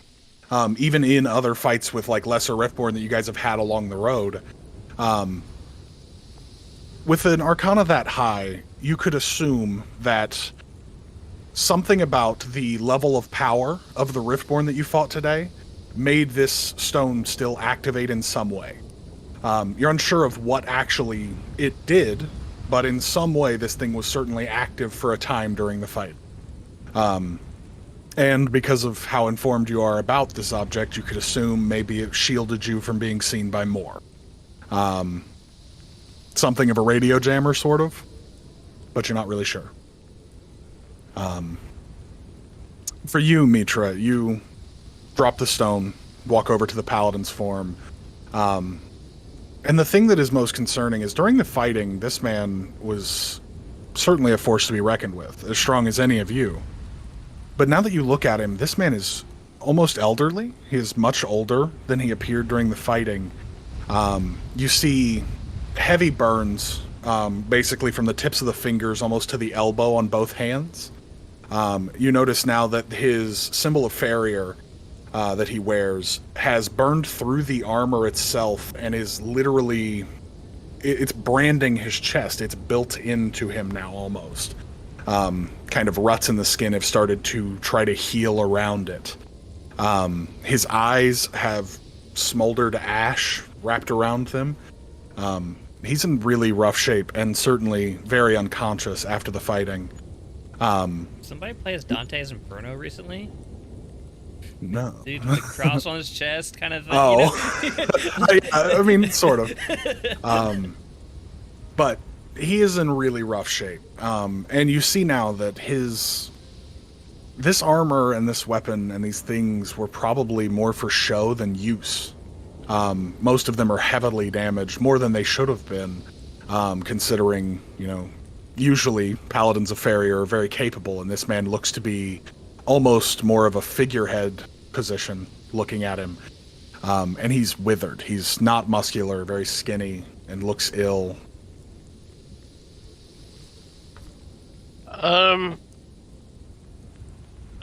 How many people came with us from the camp again? It was just Linus. Just Linus. All right. She's just going to take a glance to look at Linus just to see how he's doing. But of course, she has no real fucking idea what happened to him. She's going to see if there's anything that she can do, just to see whether she could. Fuck, what would she do? I would say that she's not unfamiliar with people, at least hurt from combat, right? So I want to see if maybe there's something she can do, whether it's to rouse his consciousness or just get a general idea on how is he feeling, like what are his vitals like to someone like her right now? Is he dead, dying, or does he seem Are you talking about the paladin or Linus in this moment? Sorry, the paladin right now, because she's by him. Taking a moment, watching his breathing, feeling for his pulse. The paladin is stable, at least. His breathing is steady. His heartbeat is steady. It's all very low, and there's certainly kind of a flutter to the heartbeat. You can tell whatever this was took a lot out of him. But you don't get the feeling that this person is going to die right away. This person is just in really, really rough shape. On the other hand, Linus, after taking a moment to breathe, kind of walks over and does the same, helping you look over this person. And the first thing he says as he looks down at this old man is he goes, "Well, this one's a long way from home." She nods in agreement and says, "Yes, I traveled with one of his order. It was the other one's sibling," she says, just kind of offhandedly gesturing towards Laura. His name was Tyken. Are you paying attention to that conversation? Yes. You're paying attention? Well, yeah. I was for a little bit, and then you did that, and then Laura was just say angrily, his name is Tyken, and just walk up to the carriage. His name was Robert Paulson. Oh, sorry. Yeah, she gestures Linus and says, but all of this is, well, I'm not quite familiar with this, he says, gesturing at the train.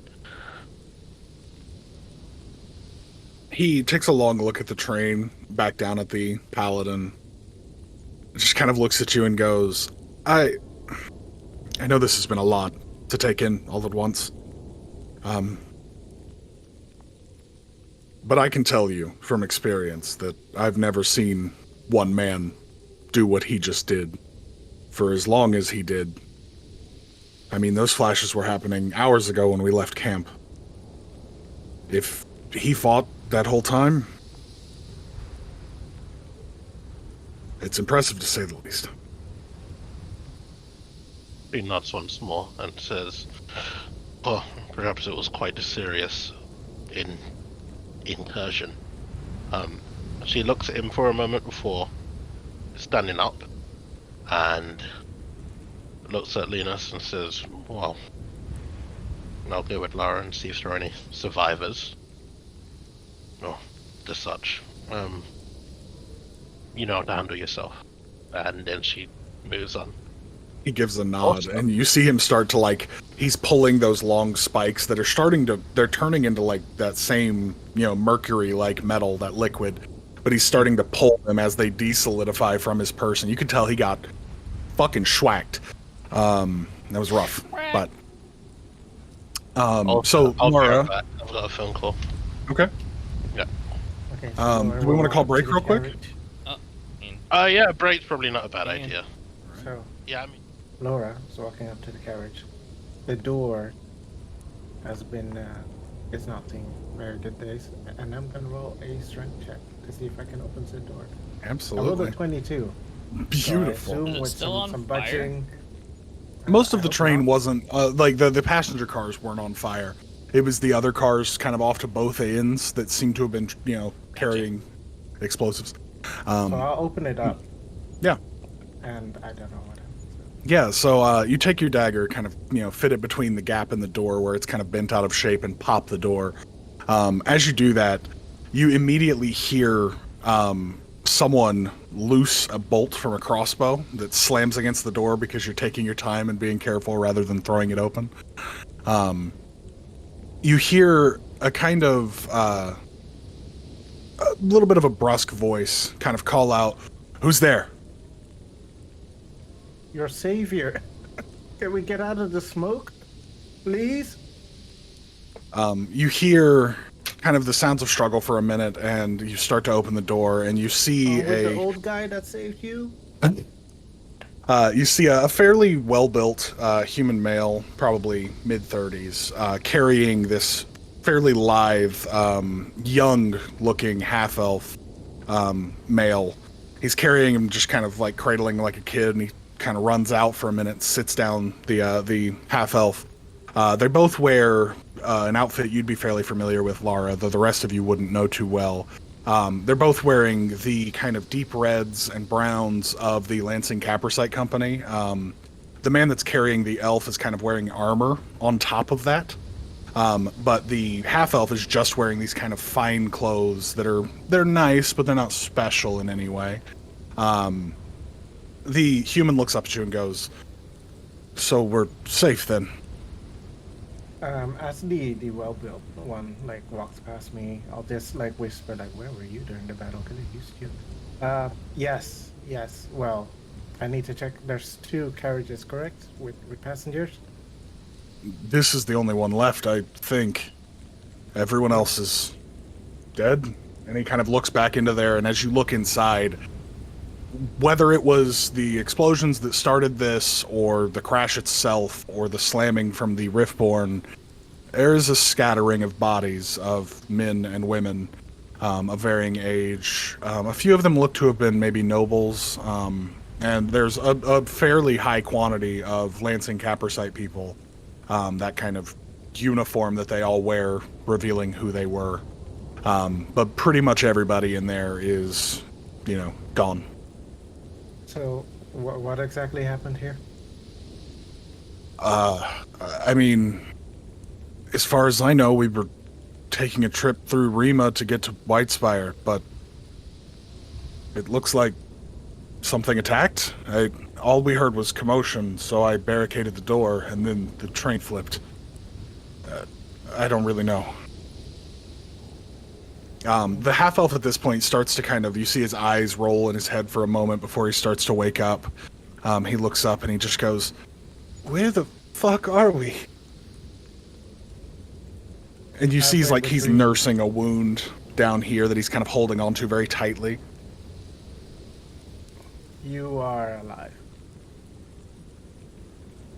And I'll motion the man that was talking to me. Could you help him out? And I really want to check over all of the bodies to see if there's someone just unconscious instead of actually dead, and we're just leaving people behind for dead. Go ahead and just roll me an investigation for that.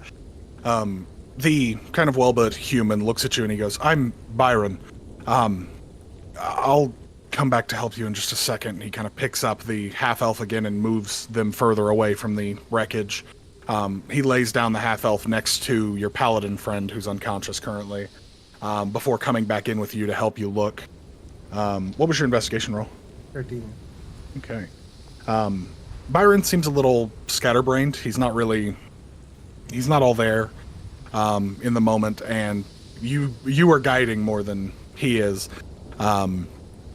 It takes you some time, but going over most of these people, it looks like none of them are going to make it. If any of them are conscious, most of them are super heavily wounded.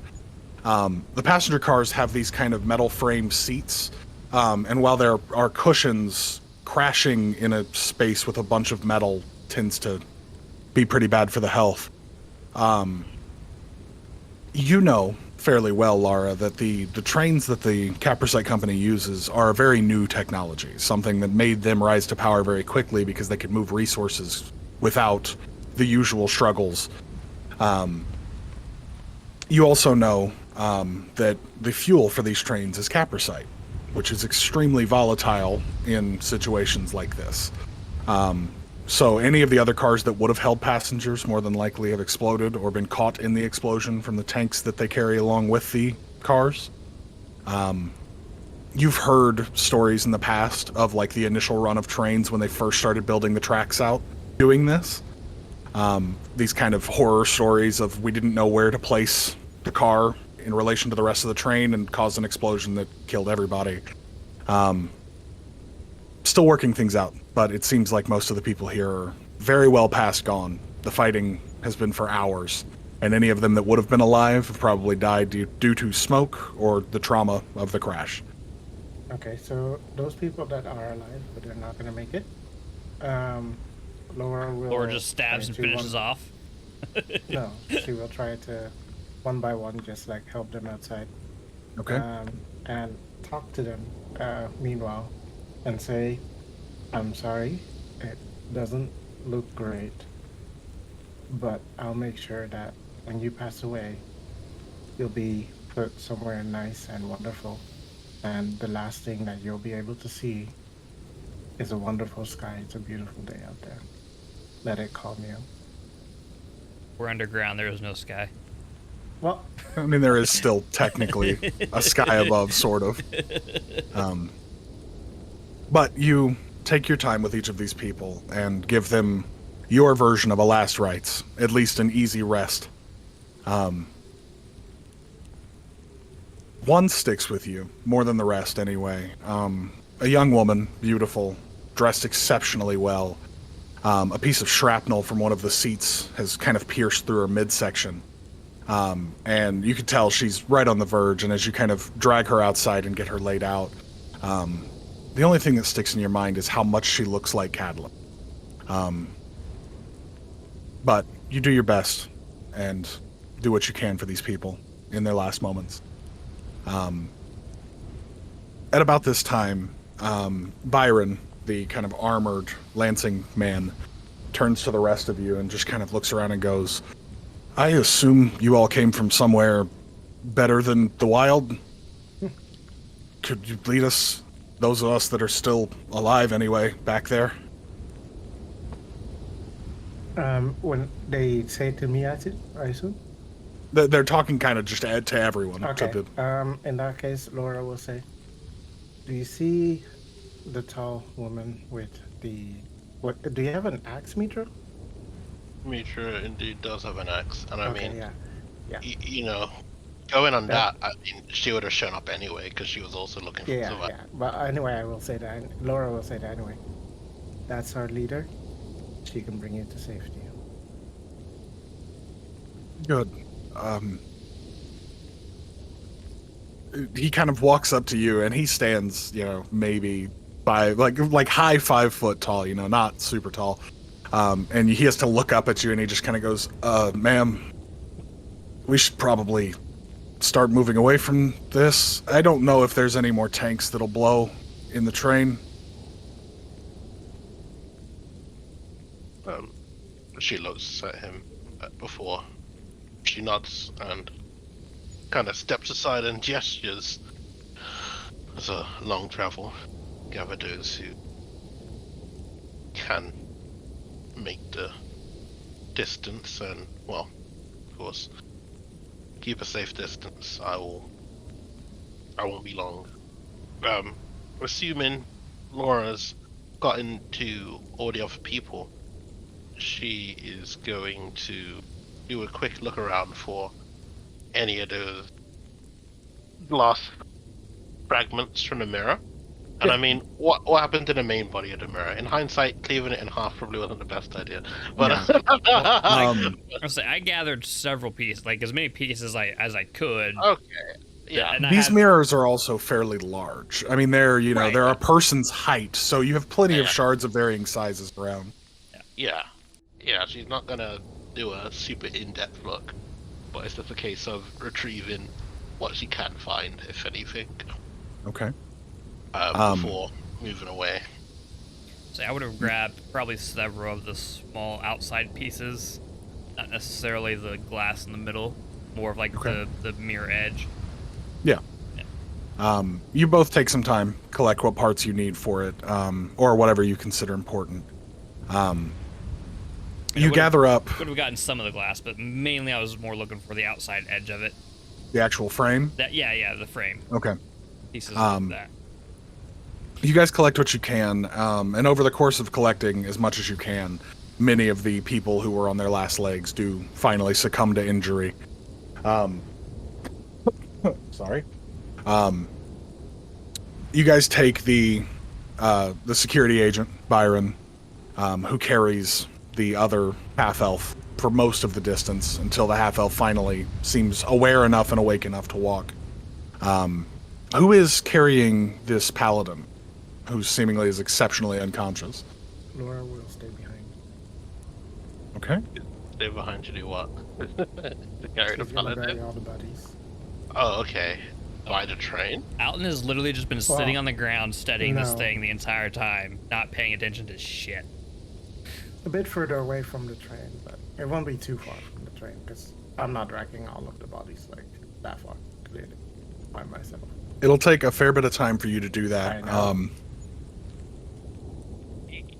Yeah, I mean, the only thing that would come to mind is, of course, I mean, Laura was there. She would have heard that there's a possibility tanks like explode further. So I mean, as long as she knows that and she's doing that, I think that's fine. If that's the case, cool. I think what's her name? Sure would probably go to the paladin. Okay. For now, we split the party. Lara's staying behind to Barry, while the rest of you begin your journey back to the camp, the Hearthfinders camp. I mean, I'm still sitting there like I'm in this like I'm not paying attention to anything. I'm sitting there Okay. furiously writing notes, like studying this thing, not paying attention to anything. Okay. So unless All right, someone all right. wakes me up, kind of, like, hey, out, like gets my attention, I'm not going anywhere. Right. Okay. I will definitely wake you as I'm busy and be like, hey, the rest is leaving. You should go with them. Sorry, thank you, and just kind of gather my stuff and, still walking and studying, not really paying attention Yeah. to where I'm going, kind of, Yeah, no. Of course, just to clarify, Mitra is going to get the plot device. Yeah. Like that's going back on her back. Yeah, sorry, paladin guy. You can wait a couple seconds while she fastens all of that. Before, of course, carrying him. I mean, You're gonna have to take it from me. Like, I'm not It's giving not- this thing up as I'm studying it. Like, I mean- you're either gonna have to ask me for it or take it from me. like she's gonna stand and then she'll say, "Alton, Yeah. we should leave." Okay. I Are you ready? sure. Let's go. Start walking. Oh, this one's heavy. Still. I mean, the thing is, of course, right? The eye is pretty big, so I'm not sure how he's gonna be doing all of I that. thought it was like about this big. Carrying. Yeah, I mean it's about a human shoulder width size. like Yeah, it's- it's a big stone. I I mean- imagine it's something he can carry. You would? Not easily, but yeah, probably. What's your strength, Alton? That's a fair point. 9. Yeah, I mean, you could certainly carry it if Mitra feels comfortable with you doing so. I mean, But you like, would know that this has been the most protected object in their party as well. Right. You know, I'm over not- your month with them, they never let it out of their sight type right. thing. And I get that, but like I'm not stealing it. Like, and they would like. I've never once tried to lie about like me studying this thing. it's less a case of Like, you're not I assume trusted, and it's more a case of like, if you're keeping it safe, good, cool, that's it. Like, Yeah, there's no, nothing that's more. I get what you Yeah. mean. Like, at No, some that's point, I all. would have said during that month we were gone, I would have been like, hey, do you mind if I just like sit up and study this thing? I mean, Mitra would have You know, like, never. You guys no. would have known the information that I would have about it. Like, you guys would have known I wouldn't know what this is. Like, Well, yeah, I mean that's my point. It's not that she's taken it away from you because you're a petulant little child that can't be trusted. It's just a case of who's going to look after this, right? Especially if you're zoned out in a semi-dangerous place. That's what she's like. What's going on? But if you're aware of things and you're looking after it, fine. She doesn't. kind, need to yeah, say I mean, anything else. kind of Like, aware of like, she- things, kind of studying Yeah. at the same like. Yeah, like she didn't say it's- give me it now, right? It's like if Yeah. you're able to take it and leave and do things, she's like, all right, cool, Right, fuck like it. I'm okay, cool, let's go, and like I'm just kind of walking and studying, kind of looking up at the same time, make sure I'm not gonna hit anything, Okay. This one's heavier than the last one. Oh, Linus really kind of sad. comes to you, Mitra, before you go.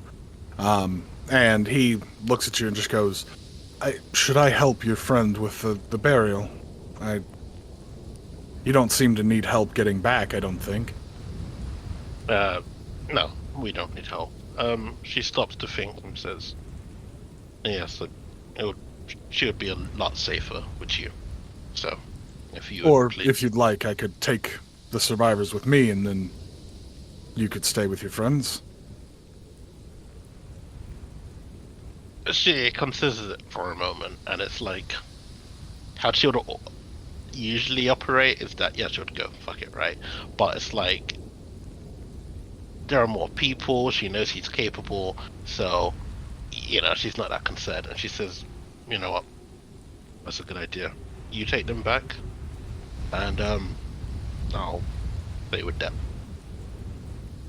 As you say that, he kind of gives you this look that's a little more knowing than usual, kind of comes close to you so that he can speak in secret, and he goes, if you need to find them, I think I'll leave them in Kaveri's care, find out what they know. For the moment before she slowly nods and says, thank you. And he's like, he kind of turns, tightens the shield on his arm for a moment. This way, all of you, and then starts walking. And he leaves with, he's carrying the paladin, whilst the one security agent carries his other coworker, and the four of them technically take their leave. Alton, are you going with them back to the camp, or are you staying with your friends? oh, no, I'm gonna stay with the people I know more than anything. Okay. And at that point, I'll just, now that I'm further away, Plunk back down. plunk back down, not going Um, anywhere. Notebooks back out on the ground, letting them do their thing, furiously writing, taking notes, studying this thing. It'll take you quite a while burying the dead here, Lara and Mitra, but you guys can get it done without too much work. Are you taking the time to bury individually, or are you just mass burying these people?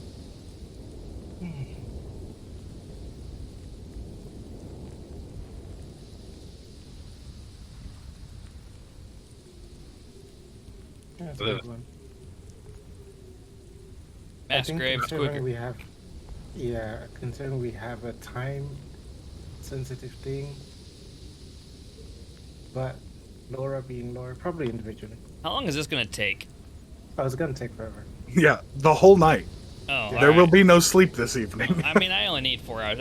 If that's the case, at some point, I'll pull out the shards mirror, and just ritually cast Identify, and try to study it as well. See if I can't figure out any weaknesses on how to something that may be affected, anything, whatever I get from it.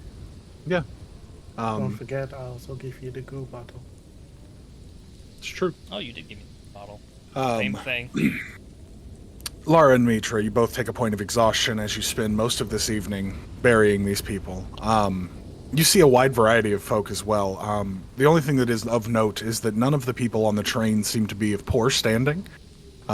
It's mostly middle class and up that seem to be aboard. And you do even find a few what look to be nobles, exceptionally well dressed with jewelry and finery on. You bury something like 20 different Lansing people as you kind of search the wreckage. But it does seem that all of the tanks of capricite, this liquid form of capricite, have blown, so there isn't another explosion as the night wears on. Though, go ahead. Mitra's going to ask Laura why she is doing this.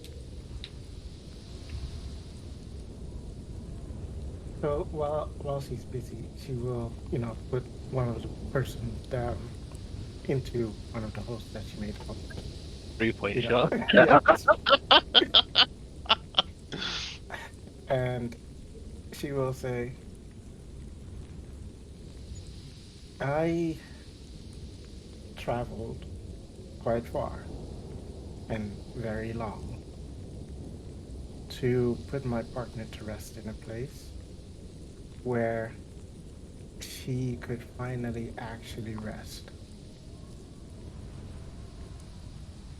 And she's still not resting, even though technically she has been buried by her father.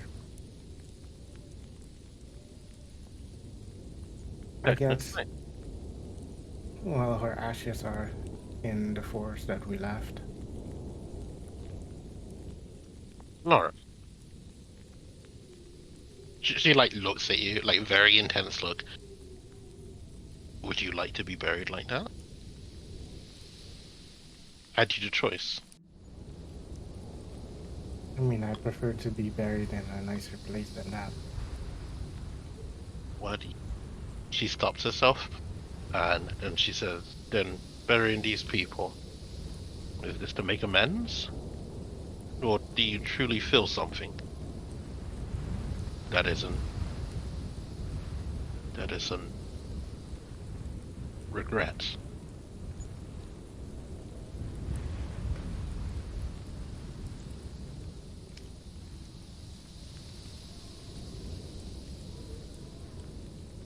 I'm not sure which it is. I would feel really bad if any of these people were to hunt or haunt their loved one simply because they have not come to rest. And is that your belief with the cycle of life? That those without a proper burial will come to haunt you? I didn't want to believe it,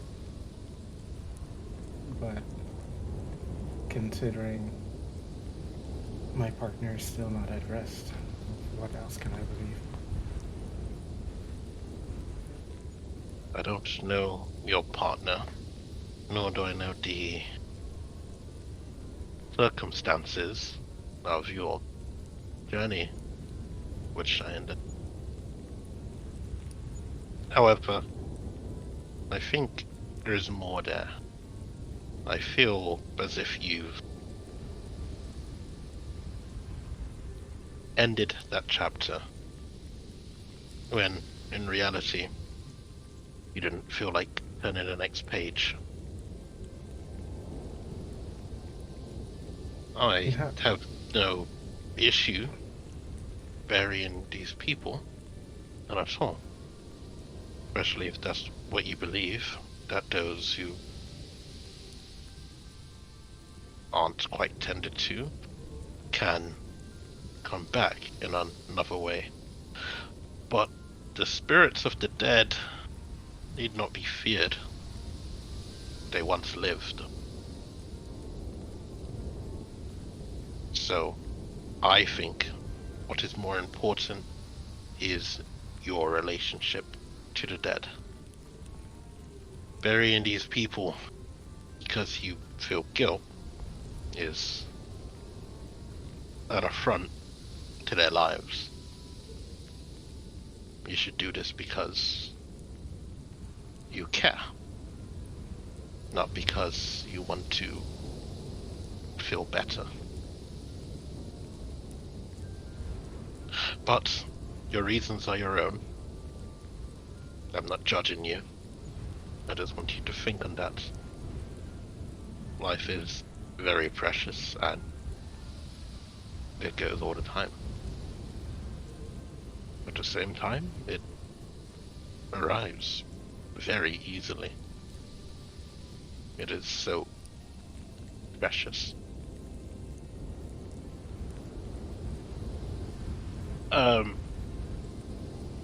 She goes quiet for a moment before she nods and returns to go very small buddies.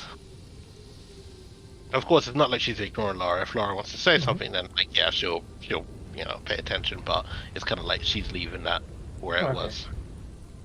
Laura will reply as we like she will work for a bit, pondering about it, and then she'll say, "So, Mitra, how exactly would I turn the next page? I mean, I can't bury her.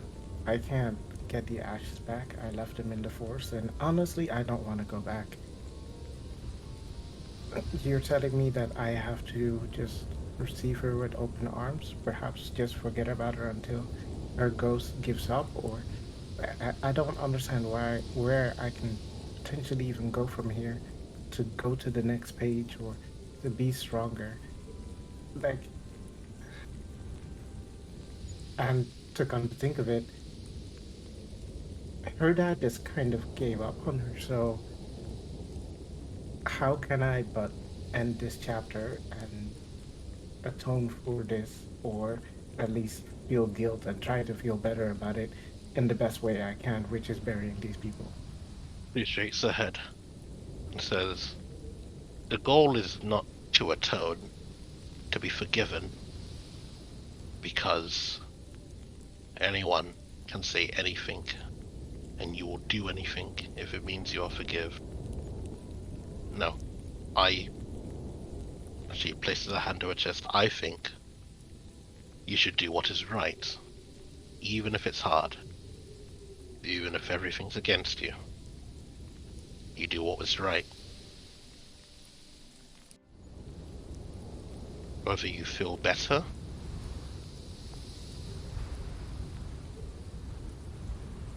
I couldn't say whether you will or you won't, but if you know you've tried your best, what more can you do? Don't think about you. Don't think about Shyenda or his decisions. He made his own decision, as do we all. Only you can choose what it is you do. Do you not still remember your brother? Do you still not carry his memory with you? Is he too haunting you? How he died, was that a proper burial, Nora? No. No. So, there must be more to it than that. Wouldn't you agree? Yes, but I can't just go out and find his body and give him a burial, now can I? No, you can't. What would you like to do? Would you like to give up? Or should I say something that may be hurtful, but I think might help?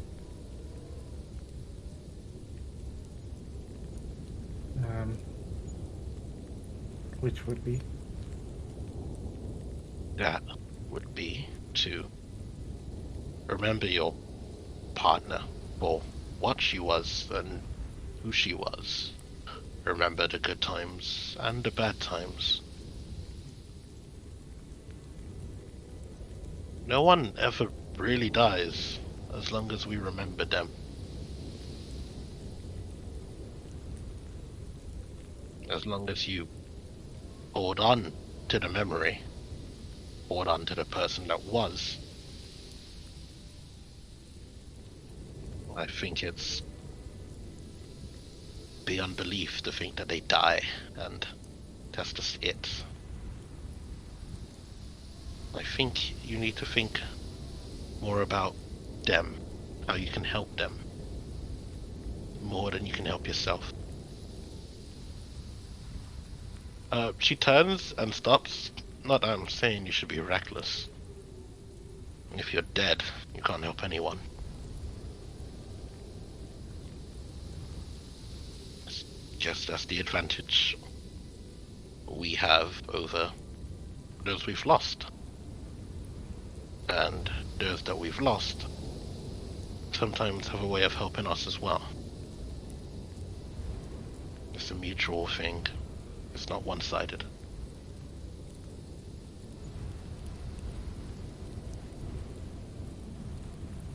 What is death but life trying again? I'll have to think about the words that you said. Thank you for the harsh and the kind words. Then let's finish up here. I guess I have some thinking to do for tonight once we're done. He nods and goes back to her task. Before you go, Yes. so I guess I don't really. I mean, I know you. I know what you're like, or at least your personality. But is there not any problem that you are coping with? I mean, I guess you've been quite a part of all my problems, and you've seen them develop and gone awry. But then I guess I question, is there anything I can do for you, as we'll be traveling together for a bit longer? He stops to think for a moment.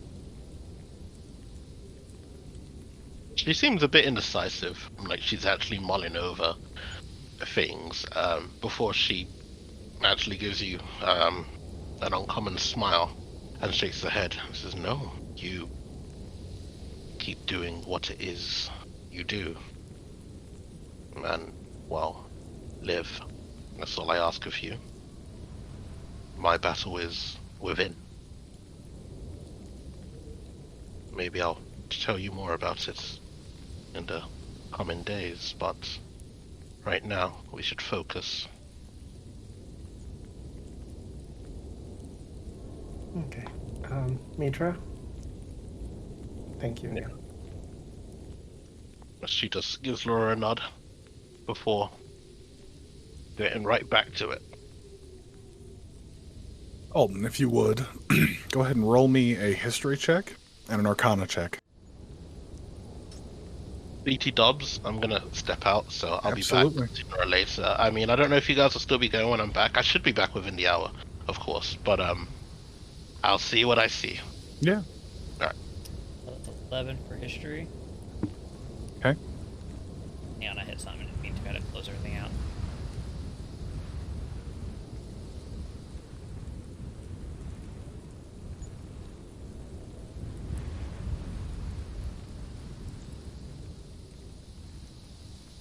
$19 for Arcana. I do have questions though. Okay. Go ahead, and then I'll give you your answers okay. as I can. Yeah. So I've got the vial of goo. I'm looking at the rock. Any kind of correlation between the two? Like, is the rock made out of this, or is it like actually onyx, or is the rock actually made of like hardened of the riftborn goo? Any kind No, of correlation? the, You know what I the mean? black You eye get is what a I'm getting at? stone. It is absolutely a piece of onyx of some kind. Okay. So potentially, if I find onyx or get a hold of onyx, Yeah, potentially that I mean, size, in theory. I could in theory make another one of these. Yeah, if you could figure out what all of the runes Yeah, yeah. do and finish Right. all of the spells, yeah. Potentially, I just didn't know if there was any correlation between like, hey, I need more samples of this goo. There's a way to forge this rock. I wasn't sure. I didn't know if the rock was actually onyx or if it was. Yeah. But because they were both black, I was like, maybe let's ask. The biggest thing you notice as you kind of go about this very entry-level experiment against these two things is you notice that when you move the vial of Riftborn goo, as you've been calling it, as you move that bottle near to the stone itself, there isn't much of a reaction until you hold it close to one of the runes. When you hold the remains close to one of the runes, they seem to shirk back and away from it, moving unnaturally. Even if you hold the vial kind of, top down, Right. it will try to crawl It'll up the glass to go get up away the- from the rune. You're not entirely sure why. And thinking back as far as you can, you do remember a touch of the rune making process that your father was studying nigh on however long ago. But all you really remember is that your father had sent a few of the Far Travelers Guild to go and find more moonstone throughout our realm, which a lot of them were displeased about. There was a fair bit of kind of political unhappiness with your father upon sending a few of these people who are meant to be exploring the realms. He sent them to go do something so benign as, collect rocks here in Northstrand.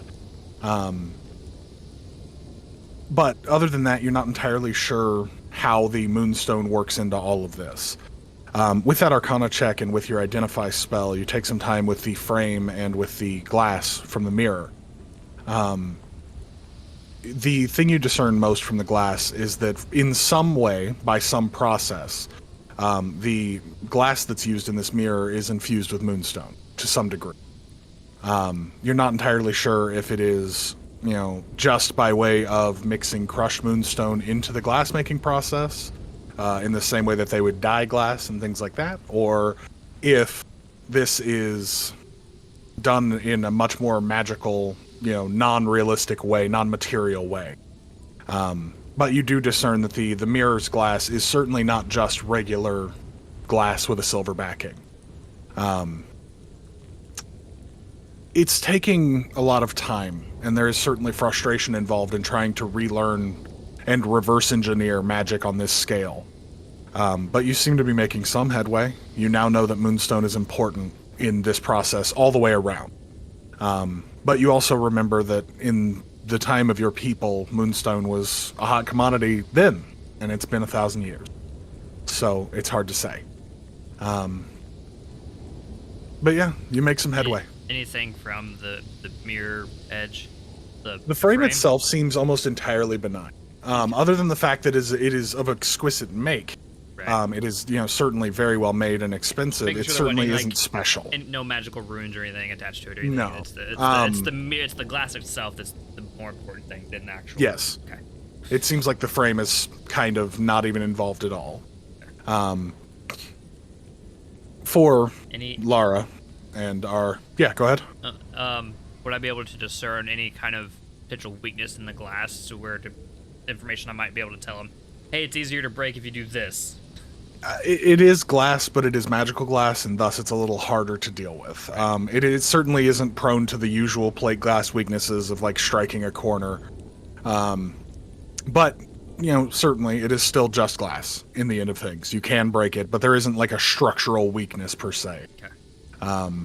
The other thing you would note is that as you, study this glass and the Riftborn remains and the Black Eye, they all give you the same sense of an otherworldly magic. Casting Identify over your things and taking time with them, it is certainly not a magic that you would find here. Even as a far traveler and someone who is educated in forms of magic that are atypical, this is not even of this realm. It is not. The beginnings of this magic, the roots of it, are based entirely in something you can't even discern. It is certainly... another realm or another plane's form of magic, but it is not one you're familiar with. Okay. For Lara and Mitra, you guys spend the rest of the evening finishing up your job, talking between yourselves. I don't know how far they are from me. Yeah, I mean, you're probably just sitting nearby. Sitting up against a tree and just kind of, at some point, maybe. I don't know if I'm whispering it, but I would probably just kind of, you would hear me potentially just kind of muttering the words Moonstone kind of over and over again before Wouldn't I you make a fire so that you can actually work at nighttime? Funny how drows see in the dark. Right? Really? Okay, well. But eventually, yourself and Mitra would have to make a fire and settle in. Luckily, because of the crash of the train, there's plenty of material around from the trees being sundered. You all settle in, setting up a camp for the evening, unless you plan on traveling through the night. Looking at... we are exhausted. You are. All three of you. I would have gotten exhausted. I would have. You guys would all be pushing exhaustion at this point. You're talking 12, 13 hours of burying bodies, on top of a 5-hour travel to here. I wasn't doing shit with the bodies. I would probably would have eventually passed out, but like, no, like I eventually would have gone to rest. Yeah, like I would have gone into my trance at some point. Like I'm not taking a freaking exhaustion points for this to study this. Okay. Well, Lara and Mitra are certainly. Yeah, we would probably rest here, even though 5 hours doesn't seem like much, but. Okay. Because it was still relatively in the morning, and then we fought, and then. And yeah, but you have a 5-hour travel and then 12 hours of sitting around burying bodies. To make it extra safe, we would probably just like get into the carriage that's still whole. Mm-hmm. And just camp out like inside. Okay. So that we can be safe from any strange things happening. Absolutely. You guys take some time and set up a fire kind of in the doorway, so that the smoke doesn't come back into the carriage and fill it. Yeah. Any remaining fire from the crash or from the fight is well past gone at this point. You sit amongst mostly steel and the occasional spatter of blood, and you all fall to rest for the evening. Lara, are you taking first watch? Yes, but before doing so, I will. What is Alton doing after we've set up? If we've set up camp, he'd immediately probably be asleep at this point. Like, he would have been up against the tree and probably nodding off, fighting it a little bit, just to study a little bit more. But if he would have noticed you guys setting up camp and, like, setting up a safer place than him sitting against a tree out in the open, he would have woken up, like, oh, okay, cool. Okay, so as you're walking towards us, I'll just... Laura will just say, did you figure out something? Well, I figured out a lot. Making progress, for sure. Definitely need to look into Moonstone. And you can see he's very much just kind of talking to you, but not to you, like off into space, like with his wheels turning kind of thing, Definitely in like that very much furious curiosity of what he's studying. And so it's very much, like I said, just, yeah, I have to do this. I have to, almost obsessive to a degree. And just trying to figure things out. But he says, definitely need to find Moonstone, and if I can find a big enough piece of the rock, appears to be onyx, with time, I might be able to. It'd help if I had my dad's notes. I might be able to make another one. Just not sure how yet. I just need more time, and I'll figure it out. You're making another eye? Maybe. I definitely think it could help, and we could try. I could try. Aren't the eyes responsible for all of our troubles? I mean, we're carrying one with us to show the king, I'm sure. However, is it really good to create another... No. The eye is used to protect against these creatures, the Riftborn. I think what was left of this one that's clearly damaged, because it was so close to the big one, it activated. That's what made it get hot. right? I don't know. I'm gonna figure this out. This could be very useful to us.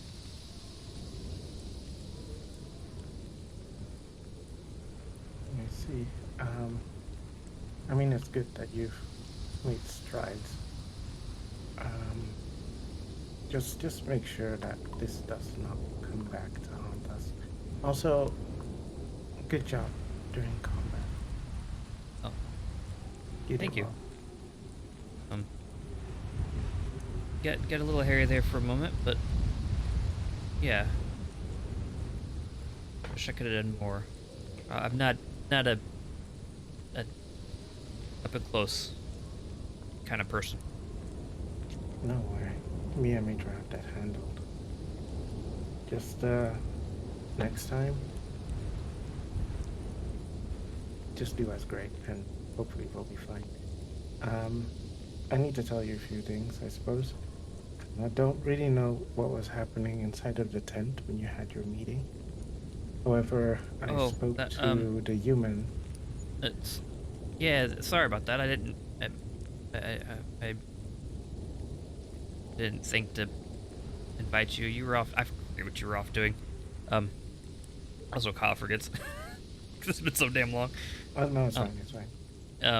But no, we were just potentially strategizing of our next move, informing the Hearth folk, whatever their name is, of how to potentially stop these things and kill these things. Right. My people have been fighting this war for centuries, and here's that so have these folks, and things have gotten dire since my time. But I feel like this thing could be the key to all of it, and the key to stopping it. We will definitely need more support than just. Remember, I agree, and I'll kind of pretty much go over everything that happened in the meeting. It's fill Laura in. For the sake of brevity, because what I don't remember. Okay. And to Laura, if you need answers, I'm sure Connor can say, "Here's what happened." Absolutely. I mean, I mostly know Gotcha. everything that was said still. So, Right. but Laura will look you in the eyes and say, "The human that fought with us, Linus." I some sort of high general or warrior protector of Right. these people. I spoke with them, and they'll be making their way towards Rima in a few days. So, and I've asked passage. Is Rima? Rima's it's King's Fall, capital of it's King's Fall, right? Rima King's Yeah, Fall. King's Fall is the modern name for it. Rima is Yeah. an old name. It's the Okay, I capital, gotcha. where So the king is. Rima, I would we probably like know. Was that before my time? It would be well after. It would I be mean, after, after that's you what I getting mean. locked After, up. yeah. So Rima wouldn't have existed when you were around. Gotcha. I don't know if you remember, but basically we had a few choices, and I think we decided to go speak with the king. Right. Yeah. So, and the king is in Rima, or Oh. what's the next? King's Fall. I took notes. So I we know. travel It's with the general, right? Yeah. They might get us an audience with the king. However, it seems the king is not aware of some of these things that have been happening. Any support we can get would be useful for sure.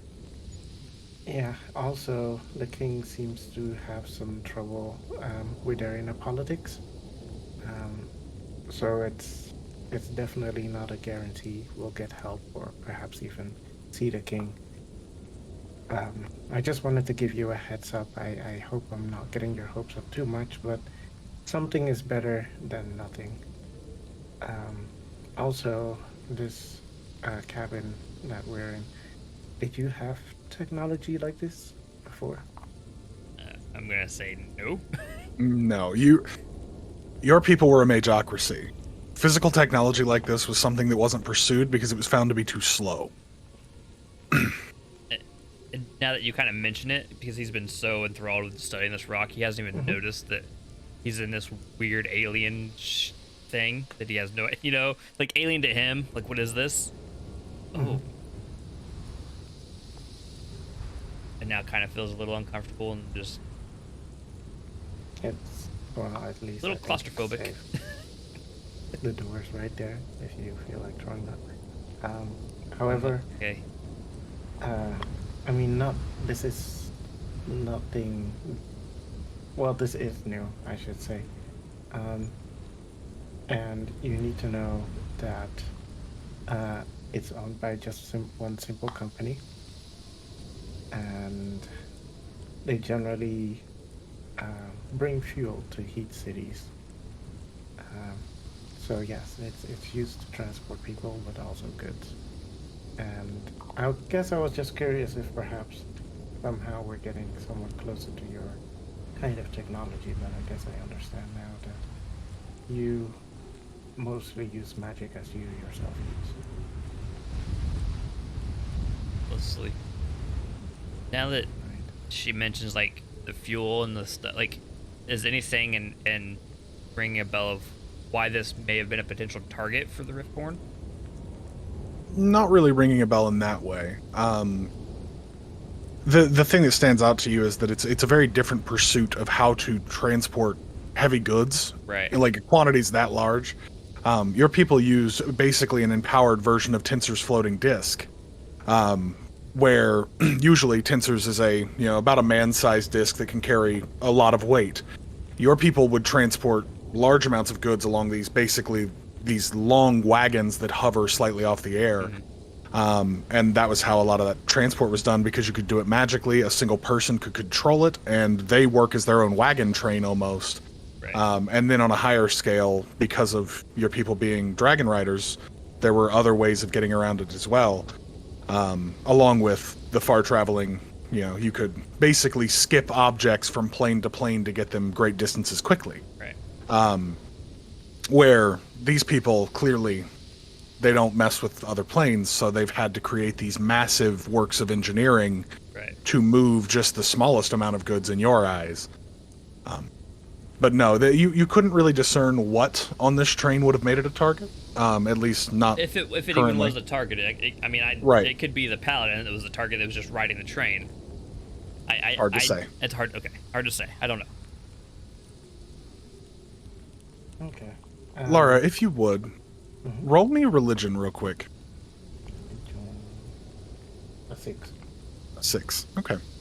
Do you think for a moment, trying your best to discern as Alton begins talking about maybe this is why it's a target, maybe that's why, but nothing seems to come to mind too well. I mean, other than having a weird interaction with the paladin of farrier again, nothing really sticks out with a 6. Okay. So when he's talking afterwards, Laura will say, I have another question for you. Did you have gods in your era? I'm sure there was several religions. What about Farron? No idea. None of the modern gods that we've talked about so far in our story existed in the slightest in your time. So the symbol, like reminiscing about the old man that had it on his chest, you haven't seen it before. We came across you. I'm aware of, no. I've come I to guess I find was out just there, wondering. Kevin, that I really don't know shit about my people. No, that's fine. But Laura doesn't know that, so No, we're just gonna no. play it and have fun with it. Right. All right, DM. What do I do? But so basically, Laura would say, I guess, well, you wouldn't know. My brother, who passed away, was part of Right. the same religion, and I guess I'm confused, and I'm sorry to drop this on you. However, It's okay. it seems that this particular god gave this one person quite an immense amount of power, to save these people in the carriage and to give the people in this carriage a proper burial. But when the time came earlier, it wasn't able to do anything for my brother, and I guess I just don't really understand how such a thing could happen when my brother was such a firm believer and he could really have used the help. And I just I just I mean, I'm sorry if you're religious. I just don't understand Well, religion. I just not it necessarily makes me religious at all. angry, honestly. Science and magic has always been my religion, I guess. I understand your anger.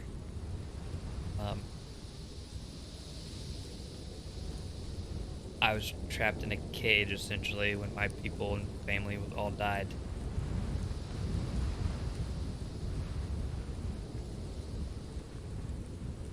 I don't know how to process that information.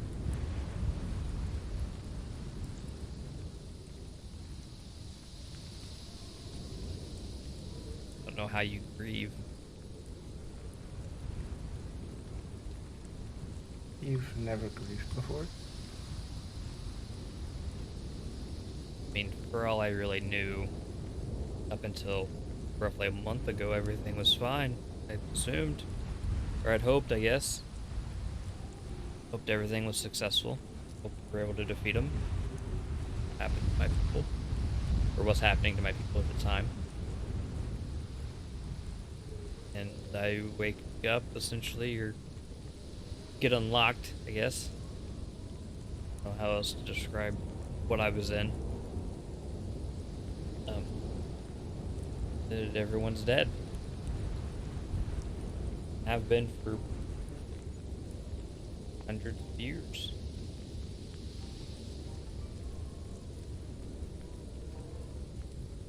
I understand. You at least know what happened and how your brother died.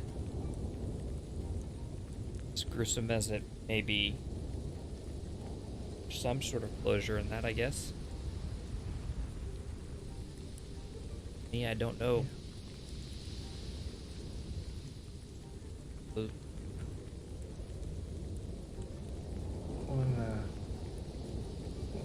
I guess I'm sorry for bringing this all up. Okay. In terms of closure, I guess I'm not the best person to ask. But I do know, at least I have been told, and she will briefly look at Mitra. That Mitra, I assume, is like sleeping. Probably and passed that's out. the word, Big just sleep. completely gone. Is that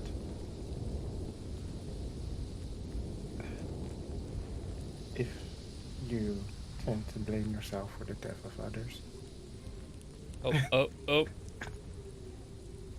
you should always try to go to the next page and not just end the chapter. And I don't mean to give you false hope, but perhaps there is a way to figure out what happened, or perhaps someone knows what happened. I mean, it's a long time gone, and it's a really long shot, trust me, considering you are very old. Sorry, Mitra. Yeah. Thank you. But- But I guess you might be surprised. I mean, we have these vehicles, so perhaps there is someone out there that knows what happened and can give you some. Oh, I've gotten a little bit of information from Mitra's mother. Mother something or other. Did you? I wrote it down. Hang on. I believe in your notes. Manali? Mother Nalini. Nalini. God, I don't know if that's her actual mother or if they just call her mother. She's older than I am, Yeah. what I she is. understand. Yeah. So she's giving me a little bit of information of what happened. But like I said, I don't personally know what happened to my family. Is it possible that someone else amongst your people lived or survived? I don't know. I mean, you were in a cage, correct? You said? Some sort of arcane stasis. So And this I- this I feel like- arcane stasis. I mean, I've had centuries of pondering this, so I don't know. Maybe I would have said this, but I don't know that Kevin knows this. So, out of character, I guess. Kevin may or may not know this. I don't know. He know how long he knows how I was there. What I don't know if I would have said how I got there, like what the events leading up to it, how I got there. It's entirely up to you, my friend. Role play it out. Role play it. That's why we're here. I will say at some point, because it was a trust thing early on, I would have said, so my father sent me basically what I understand now to be a wild goose chase in an effort to spare my life, save me, so to speak, I guess. And I got stuck in what appeared to be a trap, I guess. But I also, over the time I was locked in it, it may have been an intentional thing, but I don't know for sure. Did I get all that right, Connor? I'd have to go back and look. Yeah. Yeah. As far as you could tell, you were sent on a wild goose chase, trapped to keep your life safe. So Whether the trap was intentionally made or not, I'm not sure of. is Pretty there pretty any sure, chance- but I don't know for sure. Is there any chance that perhaps there's another one of these traps and more of your people I are don't in know. our current time? Without going back to what's left of my city and sifting through ruins of it, who knows? You were So- there, I wasn't, so I don't know. So here's what I can tell you. There was still a few buildings left here and there. And there was one particular building that we could not get into. Some kind of defense was active. And I'll describe like the whole whirlwind kind of mechanic to him. And like how we tried to get in and we just completely failed. Talking about the. And I thought we got into the vault, didn't we? You guys got into the Is vault. that what you're talking about? yeah, The vault? but like, yeah, the vault and like the other mechanism to maybe like I'm telling you about it because maybe it's something that you're familiar with, basically. Right. Yeah. Kyle Uh, remembers though, we were able to get into the vault. yeah, but get out of I'm the just vault. telling you as an added thing because maybe it's from your time. Right. You know. Yeah. And But I- she will say, okay.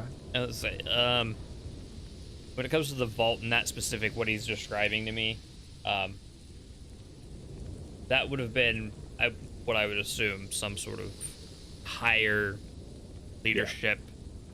You knew your father had access to the Great Vault at Iristel, but no one other than a few people above your father, basically heads of guilds, leadership in the actual political sphere.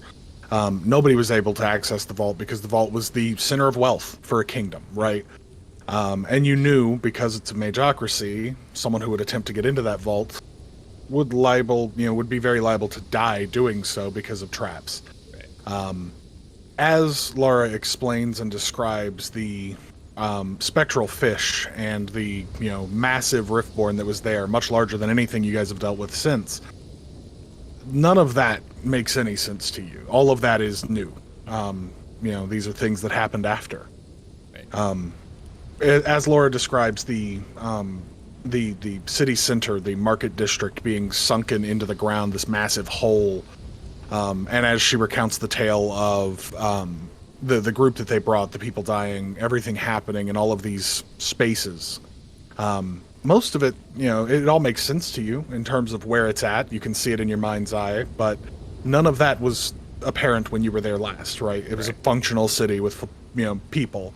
The only thing that stands out is when she describes the people seemingly frozen in place, these kind of disapparated, semi-clear people, these translucent people. That is very strange. You remember, while it wasn't your area of expertise, the Far Travelers Guild had at least history of people being caught between realms.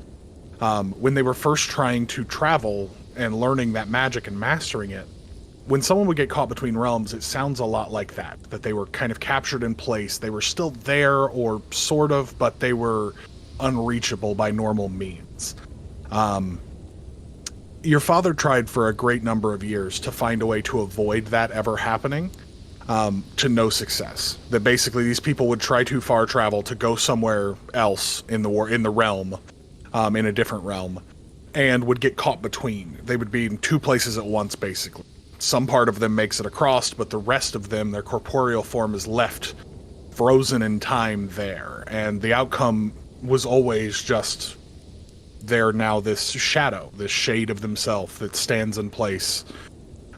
So for a lot of people to be there, described in that matter, is very strange. That, something like 100 people as they walked through the city were stuck in that state of, whether they were terrified or not, they were all there. It's strange that would be an effect in some way. Other than that, though, it's mostly just disheartening to hear the news, I guess. It's not a happy talk. Right. Laura, just the entire emo kid of depression in the party now. Laura wears Slipknot t-shirts and has a choker on. Yeah. Well, after describing all that, she will say,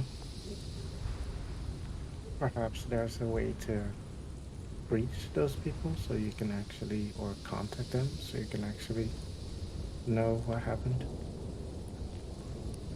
Maybe. It'll take some time. I wasn't trained in that particular type of magic, yes. Well, But I'm sure I could learn it. Like I said, it would really help if I could get my father's notes. But I understand the danger of going back to that place. how about this? We first deal with the king, and perhaps whatever else comes to pass afterwards, and then we can, if we're a bit better off, perhaps get some people, some bodyguards or whatever have you, mercenaries, and go back to Aristel in force. And hopefully we'll be a bit more ready for whatever it is to come. Sounds like a pretty good plan.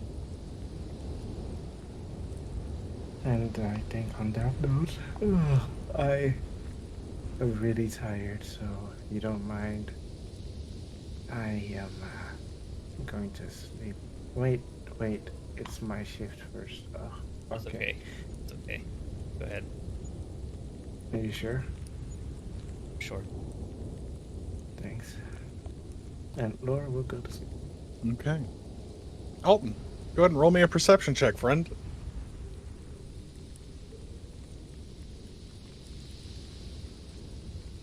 5. I don't see shit. I'm too You get busy lost in thought studying again. this incredible machine that I have no idea what it is. Shit.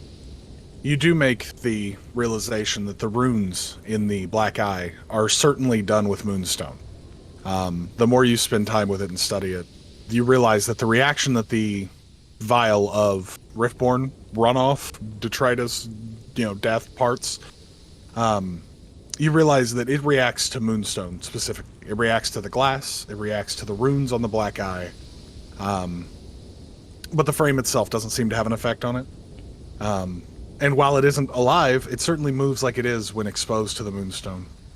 So potentially, if I can decipher what ruins are actually on this thing, Yeah. it doesn't necessarily If have you to be a could piece discern of the onyx. entire runic language of your people, Right. you might be able to.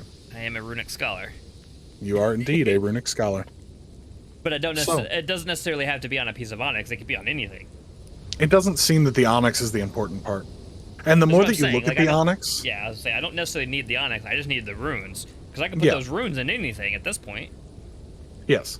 But the thing you do realize is that the piece of onyx that you hold, the black eye itself, is not just a stone, at least not just one variety of stone. It is a strange mixture of several different types of precious gem or, rock of some kind. And it's peculiar in the mix. It doesn't look man-made. It looks very natural, but you don't know if it's just onyx and just stone or if it's something else entirely. It's hard to say right now. Maybe with some more time with it, you could discern more about that stone. I don't know that Alan would figure this out, but Kyle thinks if he just finds a big enough piece of moonstone and carves these runes in that motherfucker, big boom, Big bada boom. big. You spend your watch without too much trouble, mostly lost in thought, thinking of your people, and thinking of the work ahead of you. And before I fall asleep and wake up Mitra for her watch that isn't here, I'll take that jacket that I have for the coat. Yeah. Just lay it over Laura as she sleeps. Okay. Ooh. The one that I sold that Laura bought back. You know what I mean? That Yeah. one. Ooh. I like that. Is Laura. Mitra Oh my back? god. I think Mitra's back. Dimitri's been back for a while. Oh, you well, guys turn are- your camera on. Jeez, that lets us know Look you're at back. that pretty face. You're not my bus buddy. No, but at You're least not my lets me guy, know that pal. you're back and ready to play some more. You're not my tier 3 patron on OnlyFans, dude. I am. I'm on your Exactly. fansly. Exactly. He can say it. I kid you. Wow. Okay, just a sec. For you, Laura. You lay down to rest, having had a very long day.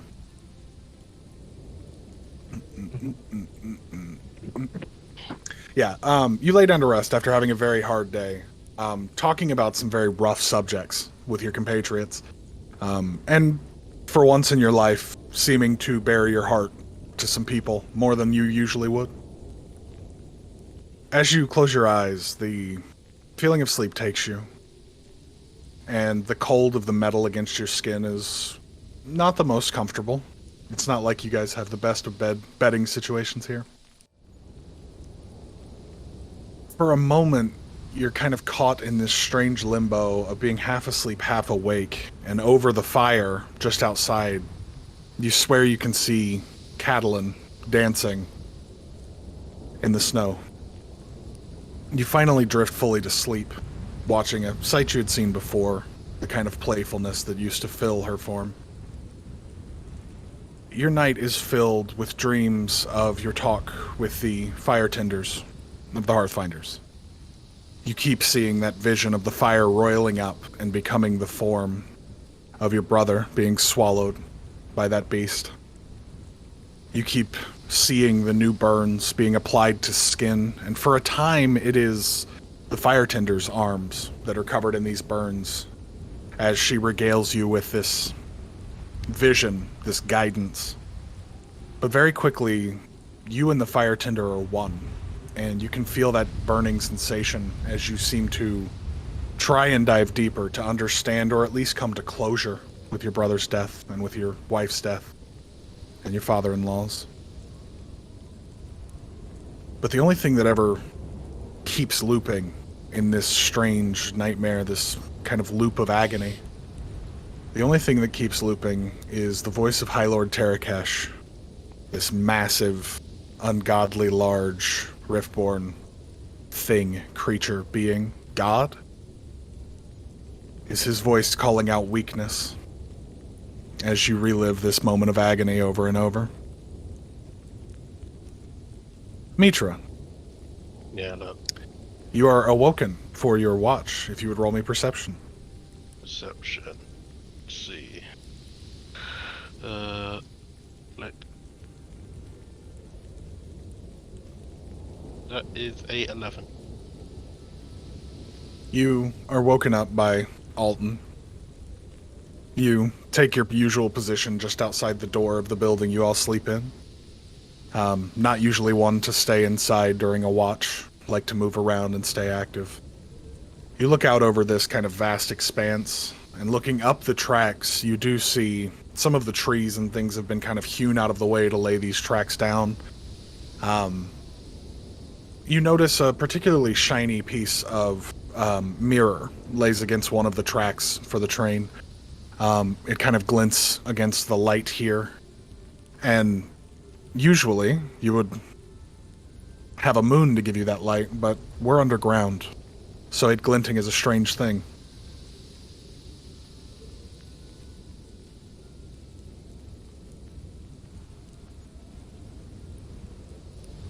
What you doing, dear Mitra? Okay. So, I mean, I think Mozart should be a bit preoccupied with the day, and even at that, it wouldn't really even be a fight or anything. It would have been that feeling of elation while in battle. He doesn't really have that, typically speaking. Especially when it's kind of like how I view the rage is like the barbarian is like fucking mentally psyching them into a state where they're more ready to fight. But of course, she's never drawn that parallel between joy or happiness and that willingness to fight. It's usually a survival thing, right? Yeah.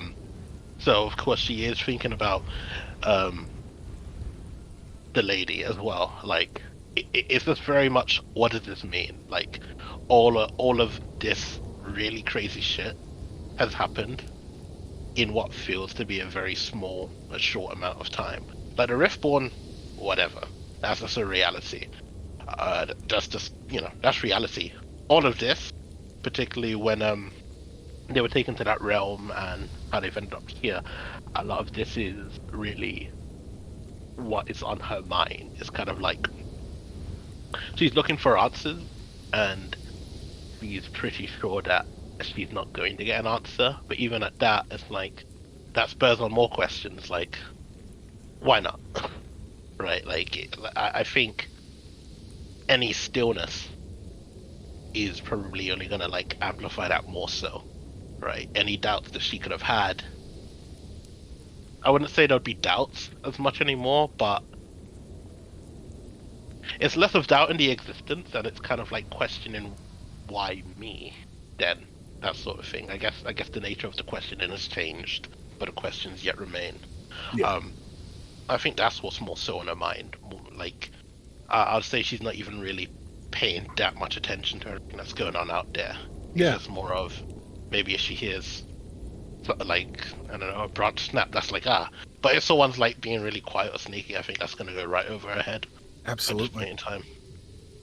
You spend some time lost in thought, thinking more and more. And about an hour into your watch, you suddenly smell, rather than see or hear, the stench of death. Old decay, rot. And while, yes, you worked with bodies all day, it's a cold place and these people were freshly dead. That stench shouldn't be here. And it kind of fills the air in this space for you. That glint on the tracks has consistently flashed for about an hour now, and while you're trying not to pay attention, while you're trying to figure out your mind and sort that issue, something is creating enough light to create a reflection there. And you're not seeing someone with a torch hiding in the woods against this rock wall, so do with that what you will, friend. Yeah, this is more than enough, I think, to snap out of her reverie and to draw her attention. You know what? Let's see. How reckless is she going to be? How far out is that roughly from where she is? You'd guess about 60, 80 feet. Not too far. 60, 80 feet. Yeah, she's going to protagonist syndrome and approach it to investigate. Protagonist syndrome is a new one. I like it. You walk forward, taking some time. I assume you've got weapons on hand. You're ready for anything.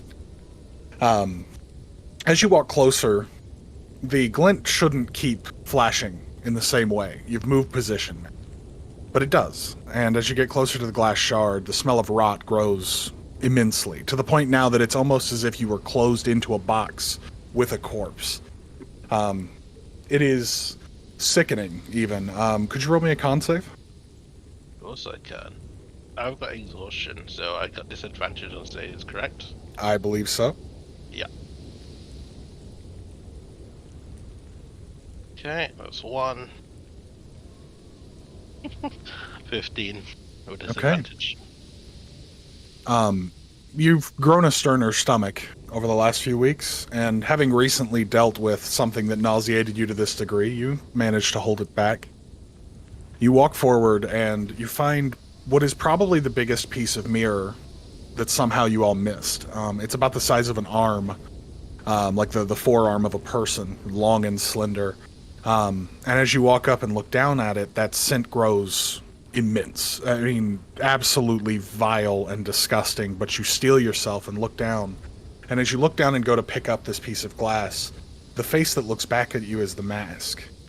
The top of it is cracked heavily, and you can see exposed brain and bone rather than just the classic fractured porcelain. You look at it, and it's like you're pulled within for a moment. If there was a perspective on you from the outside, if your friends weren't asleep right now, they would see you fall slack, standing still, but your arms fall to your sides, you drop the axe. You're suddenly standing in a grove of these massive, strange mushrooms that seem to change shape and react to the very wind. You see before you 2 trees that stand so tall that they fall into darkness at their peaks. And then one of them twists slightly. You hear a heavy rumble as the roots are dislodged, and it plants itself slightly forward. What were trees or legs, you look up higher, and suddenly there is a point of light, that same reflection, that flash, much higher above you, 10, 12 people's heights in the air. You see a single piece of mirror emblazoned into the center of between the eyes on the mask of the lady. She stares down at you, and her features ever change, but for once she's almost stable, it seems. The legs are trees, the arms are elongated, far too long, reaching past her knees. Her form of her chest is cracked and split and moved incorrectly. The ribs hang on one side and pull in too tightly on the other. The mask and the exposed inner organs, it's all wrong, but you don't sense malicious intent in the moment. But you feel that joy fill your person again, that unconditional love and happiness.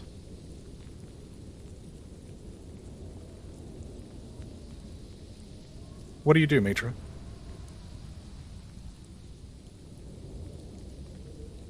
That is a very good question. In this moment, I think I would say she's probably swept away by the feeling. It's not a feeling that she feels commonly. Not that she's a fucking emotionless bastard, but it's like in her life, she has felt like she's never really had moments for this. And so it's just kind of like, it's like intoxicating, that sort of thing. It kind of very easily comes over a lot of the defenses, those internal barriers she's put up within herself to you know, just be very focused on her task and whatnot. And it's just kind of like almost reckless abandon. Like, she doesn't move, it's just kind of like she is almost consumed with the feeling, and that just renders her still. As you stand enraptured in the joy, this massive being comes to a knee, still standing, 5 times your height. One of these elongated hands, the fingers broken in too many directions and adjusting constantly, reaches out, and the hand itself is big enough to almost wrap your shoulders. It doesn't quite have the grip to pick you up by that means, but just to enwreath you as if it were a cloak. As the hand touches you, you feel the slightest of pains wherever it touches you along your back and across your shoulders and arms. That elation grows to a fever pitch in this moment. It is joy unkindled, a happiness and a camaraderie and a love and a feeling that it'll never leave. But that itching, burning feeling wherever she touches on you grows greater as well. Suddenly you're shunted from that space, your back standing in the cold of Northstrand against these tracks, staring at a piece of mirror, but your back still burns and itches. It's a uncomfortable feeling.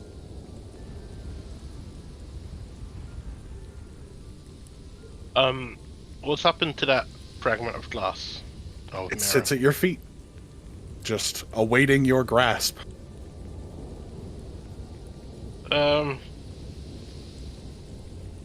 And her axe, she dropped it on the ground, correct? Yes, it sits kind of just beside the shard.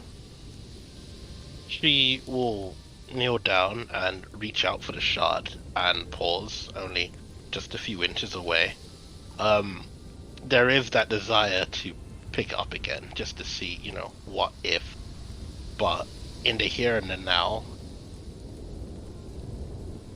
I would say her common sense gets the better of her. Yeah. That whatever this is, as joyous as it was, it is something so alien to her that she can't help but question it. And so instead, she reaches for her axe and gets a good grip on it before standing up.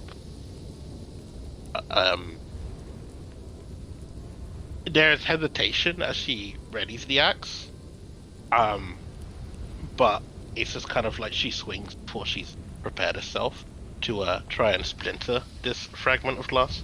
Absolutely. You strike down on it. It shatters into a myriad of small pieces, much smaller than before. Does the stench remain? The stench falls away. The feeling of joy begins to recede from your person. But the burning at your back stays. He takes a moment to, just the briefest of moments to think about what it means. And she's just drawing blanks at this point. So she stands there, maybe for a couple more seconds, and then in her head tells herself that this burning pain should serve as a reminder that she shouldn't give in to anything so easily.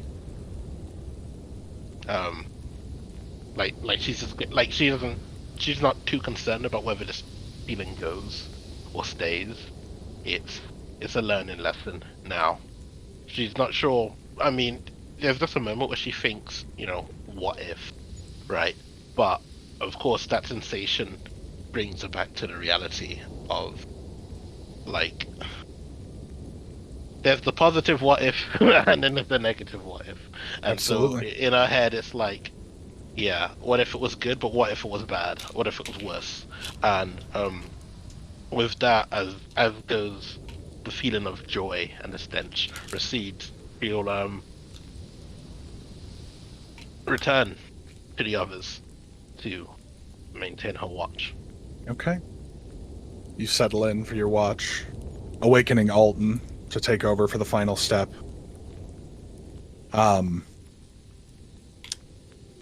Alton, how much attention would you be paying to Mitra as she re-enters the space? Probably not much attention at all. What little sleep I guess I got, more, Yeah. my mind's still buzzing and racing and trying to figure out the... Okay. well, the final watch goes well for whoever takes it. And I think that is a great point to call our session at. Yay. I agree. But for the sake of coolness, on the morning, all of you would notice black ink running down the back of Mitra. And I'll pick up with an explanation next time.